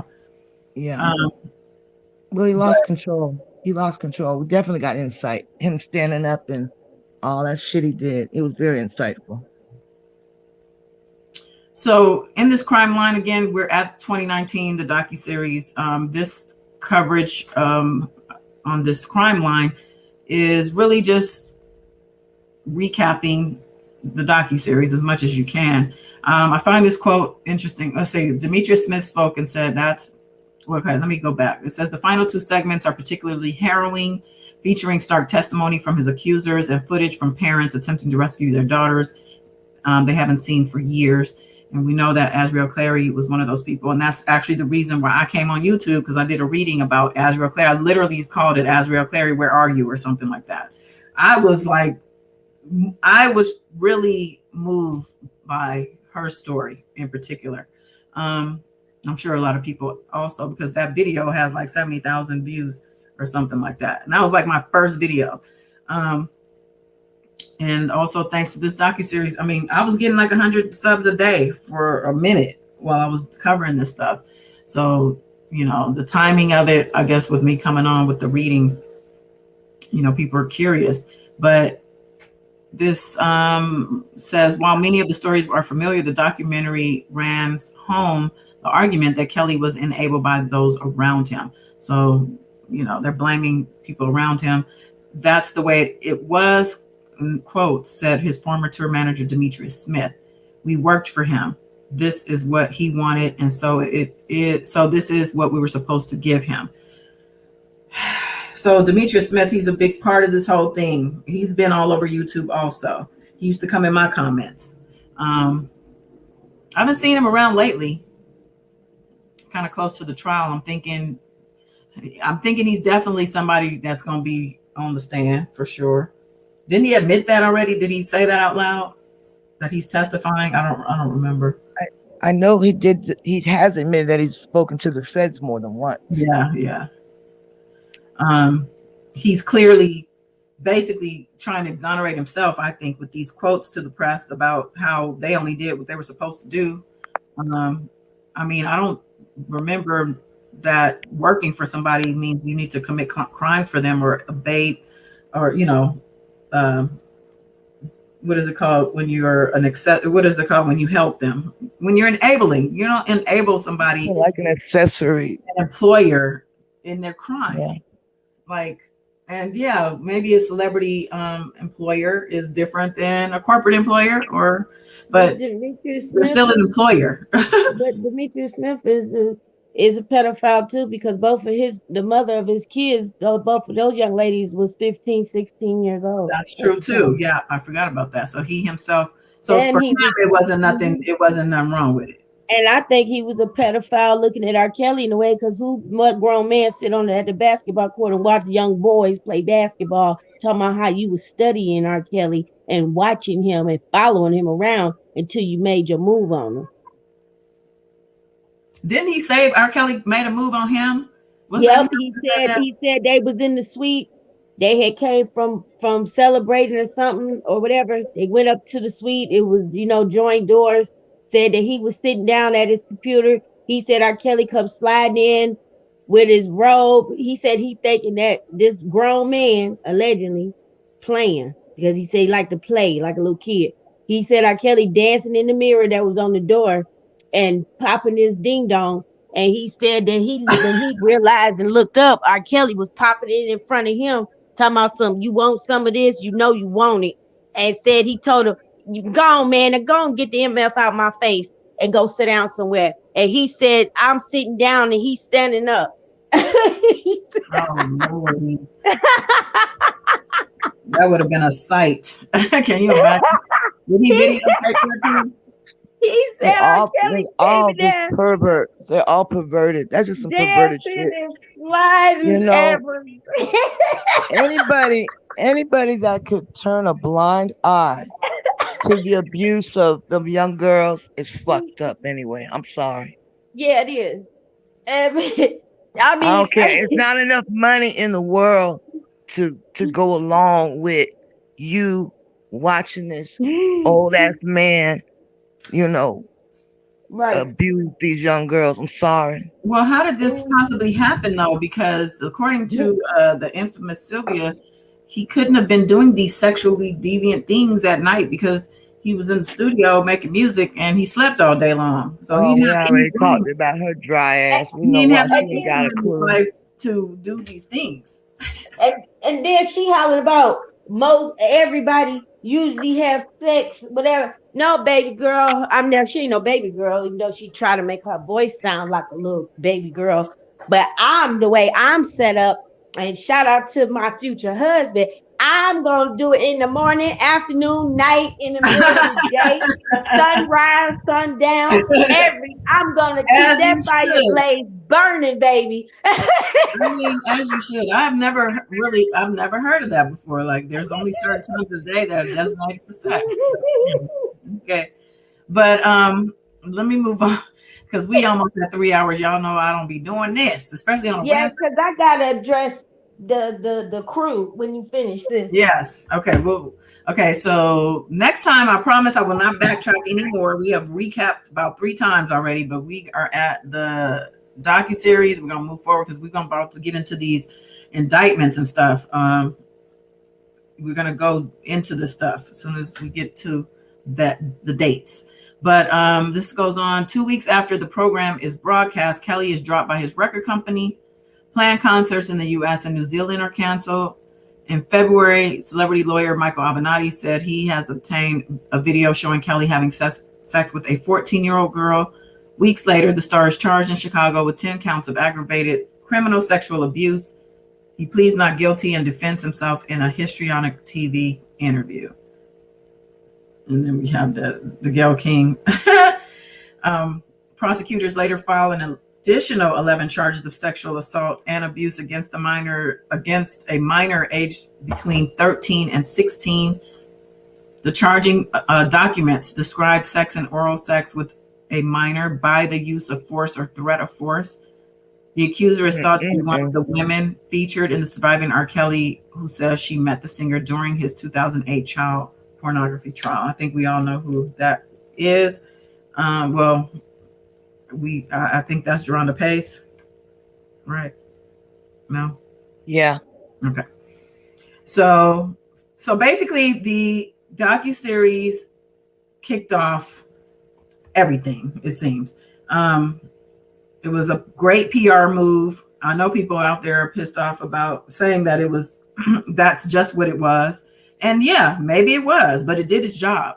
So I'll tell you what, it opened up, as we already said, the feds were definitely investigating it, but the docuseries opened up, it was eye-opening to a lot of folks. And what's so interesting now is that the majority of the victims that were in the docuseries are not even in the indictments, you know? Right. Mm-hmm. So that's it was just eye-opening to the world. That's why they had the bomb threat and everything else. You know what I'm saying? 'Cause, like, they knew. What that star They knew. 6-7? This dumbass. I was like, where'd Miss Della go? Miss Della. She literally left us. I am here. So you probably didn't even notice this, but I switched iPads. Oh. Oh, is that what happened? No, Yes. we didn't notice. Well, that's why you weren't on the panel. Okay. I know. I just did that like 5 minutes ago. But what you calling me for? No, I just brought you back on the screen. You weren't up here. I ain't on the screen. You weren't. I'm telling you. Is the live over? No, ma'am. Pretty much. Oh, But okay. But yeah, so we will resume to following the docu, like we'll get into what happened after the docuseries even more with the actual indictments, with the details of what are the charges, and whatever else we can dig up that was going on around the time outside. Y'all remember the what is the precedence? Remember that one too? Yeah. I never saw that either. I don't even. That came out later. Yeah. Yeah, that wasn't. It was whatever. But yeah, so the video of him with the birthday, that was crazy. In the precedence with him, yeah. Would you get in trouble if you showed that? We didn't see it. So. Huh? Would you get in trouble if you showed a piece of that? Probably. I mean, I don't know. I don't know. I don't think it's worthy of it, to be honest. Are you talking about the precedence one or the actual docuseries? Well, the president one, the one she was saying something about the birthday. I mean, would you get in trouble if you showed? I mean, is the I don't even live have access to. I don't think I have access to it anymore. I mean, I did watch it at the time, but I don't know what birthday. I mean, you brought up something. I know. Can you give us a little more? When Az and Joycelyn, they had the cake and he took the crown off and he put it on his head. He was singing. He was like swinging his ding dong back and forth. He had no clothes on, just the robe. Just that whole interaction was just kind of creepy. About 2 or 3 minutes long that they showed that. Well, he's a creep, so definitely speaks to being creepy. He's there with them little girls. They're young girls. I mean, they're adults, but and he, I don't know. I mean, that clip was, for many people who support him, they think it's endearing, but for people like me, we look at it as being creepy. And for me, it seems like somebody that's conceited and feel that they're above the law, and you can't touch me. Right. Exactly, Miss Della. That's the mindset that I say, like, when you try to get insightful to the little bit that we can from what he said, just watching the insight on his behavior, from the Gayle King, and then the video that got a show tonight.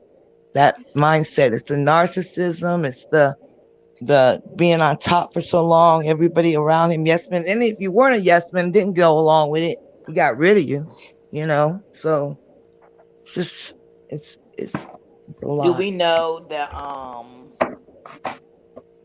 do we know what exact charges is going to be in New York?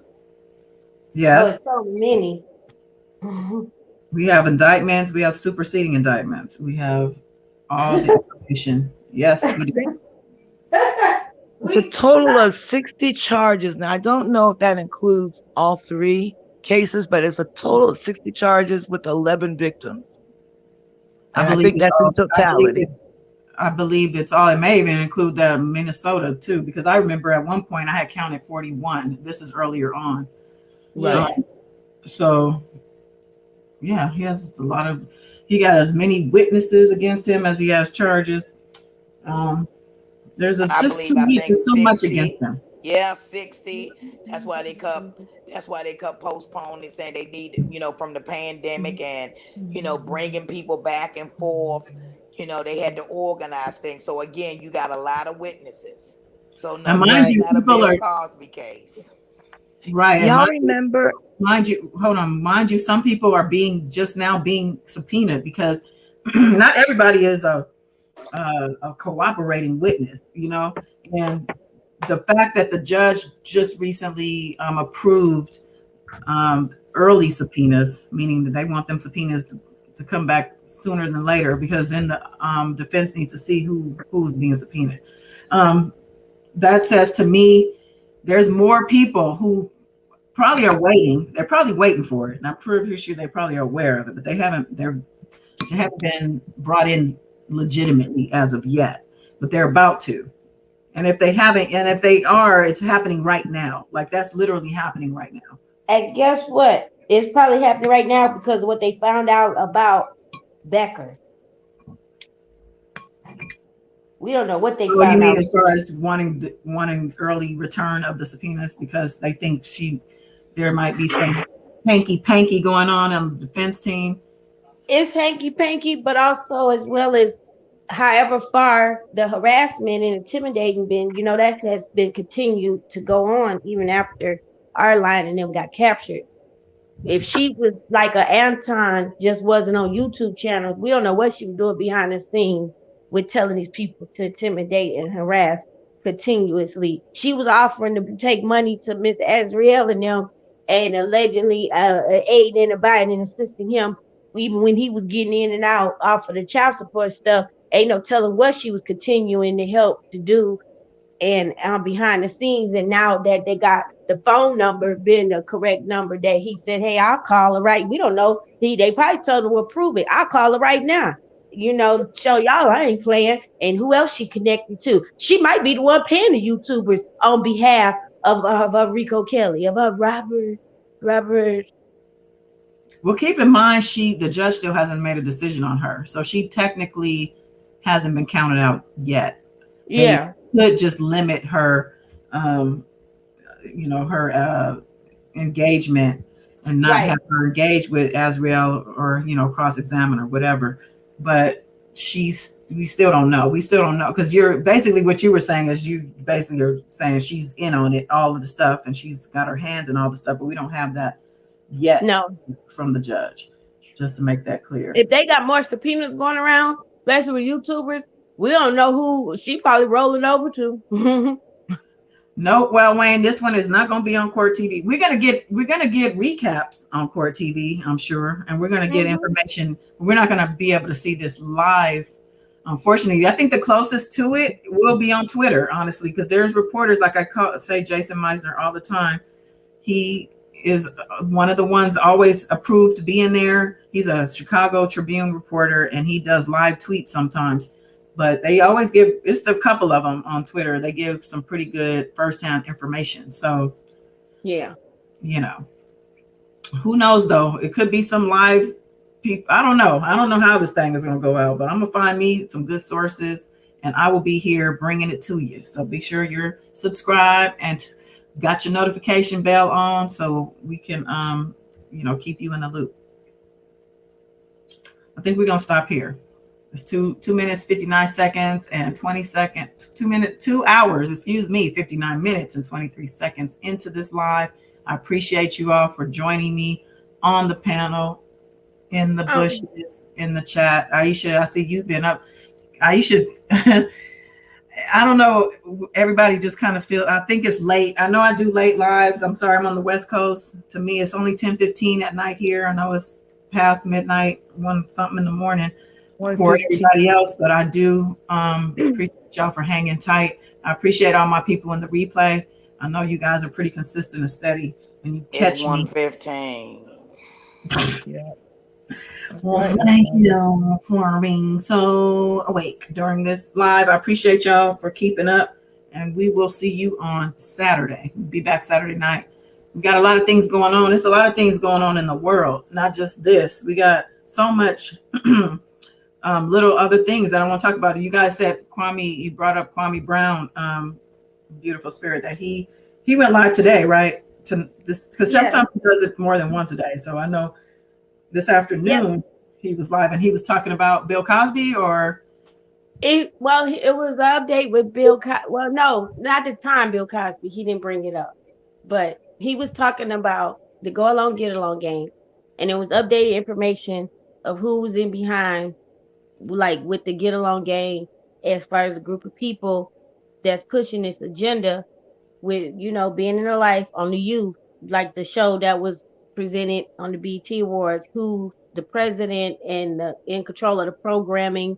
and the performances that are being performed behind the scenes, and who is connected to other people like lesser charge and all them, basically.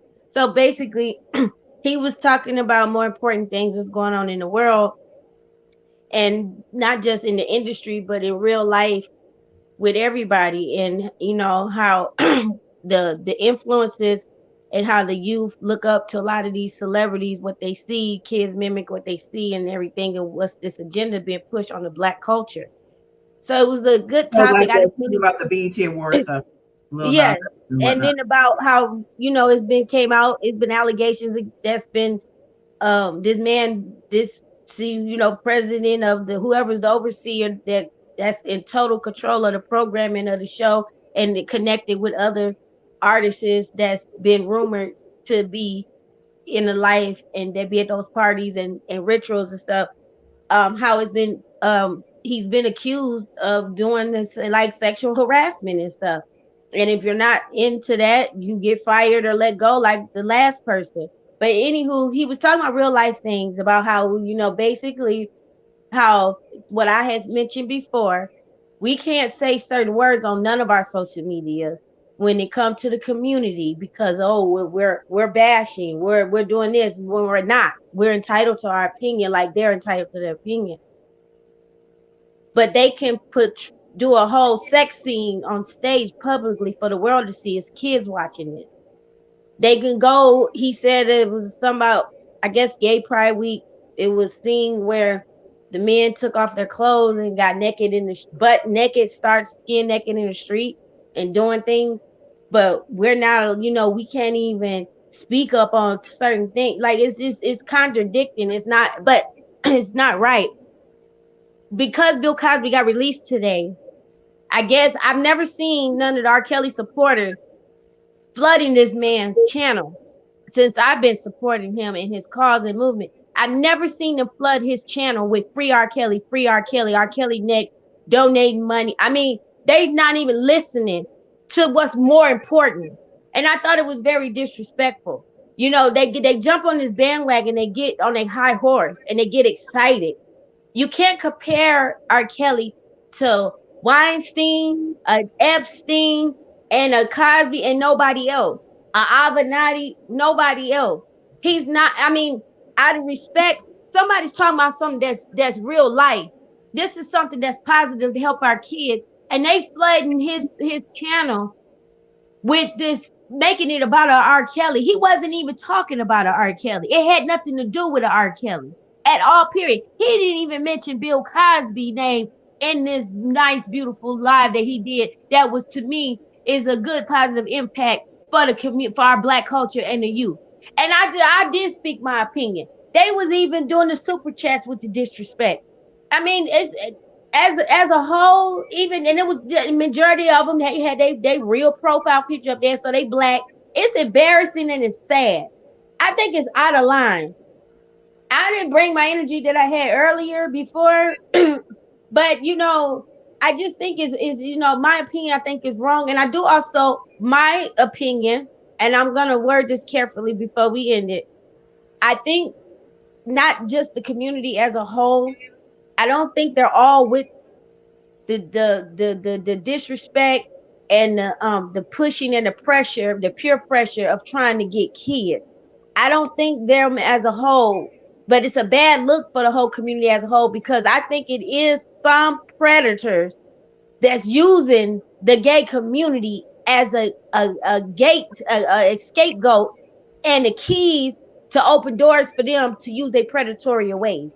And then it's making them look really bad. Because I really don't believe that the whole gay community is with, oh, we just want kids, we want black African American boys, and we want, that's all we want. I don't think that's the agenda that all of them as a whole want to push. And I really believe they're taking advantage of the gay community, these predators. Yeah, there's 3 prophecies in the book, in the Bible. One speaks about those that are last will be first. There's another prophecy that says what is done in the dark will come to light. And one I mean, prophecy, are we gonna see that kind of? wait a minute, let me finish, please. One other prophecy says, and what is wrong will be considered right. What's right will be considered wrong. So when you think about that and attribute that to life, those are things that are happening. What's done, you can look at the age of Aquarius, you can look at all that. What's done in the dark will come to the light. Definitely. Those that are last will be first. That's just prophetic about life. And then what is wrong will be considered right, and what's right will be considered wrong. So people can use different things in life to hide agendas, promote agendas, and all those things. And it's happening before our eyes. And if you speak on it a certain way, you're right, beautiful spirit. You become the offender, right? Mm-hmm. And so Wayne just gave us a piece of news about Biz Markie. Oh my God. I looked it up. Let me just pull this up real quick. Man. Friends, how many of us have them? No. That's Biz Markie. No. Friends, how many of us? That's not, you're talking about just a friend. And they say she's just a friend. Oh, yeah. Okay. She's just a friend. Baby, please. Okay, so rapper Biz Markie, 50, another one in his 50s. Here we go with the 50s something hip hop guy with a serious issue. Okay, let's see. It says 57 in hospice with brain damage after reports claiming Just a Friend hitmaker died. It says fans of the 57-year-old called the Just a Friend hitmaker situation brutal.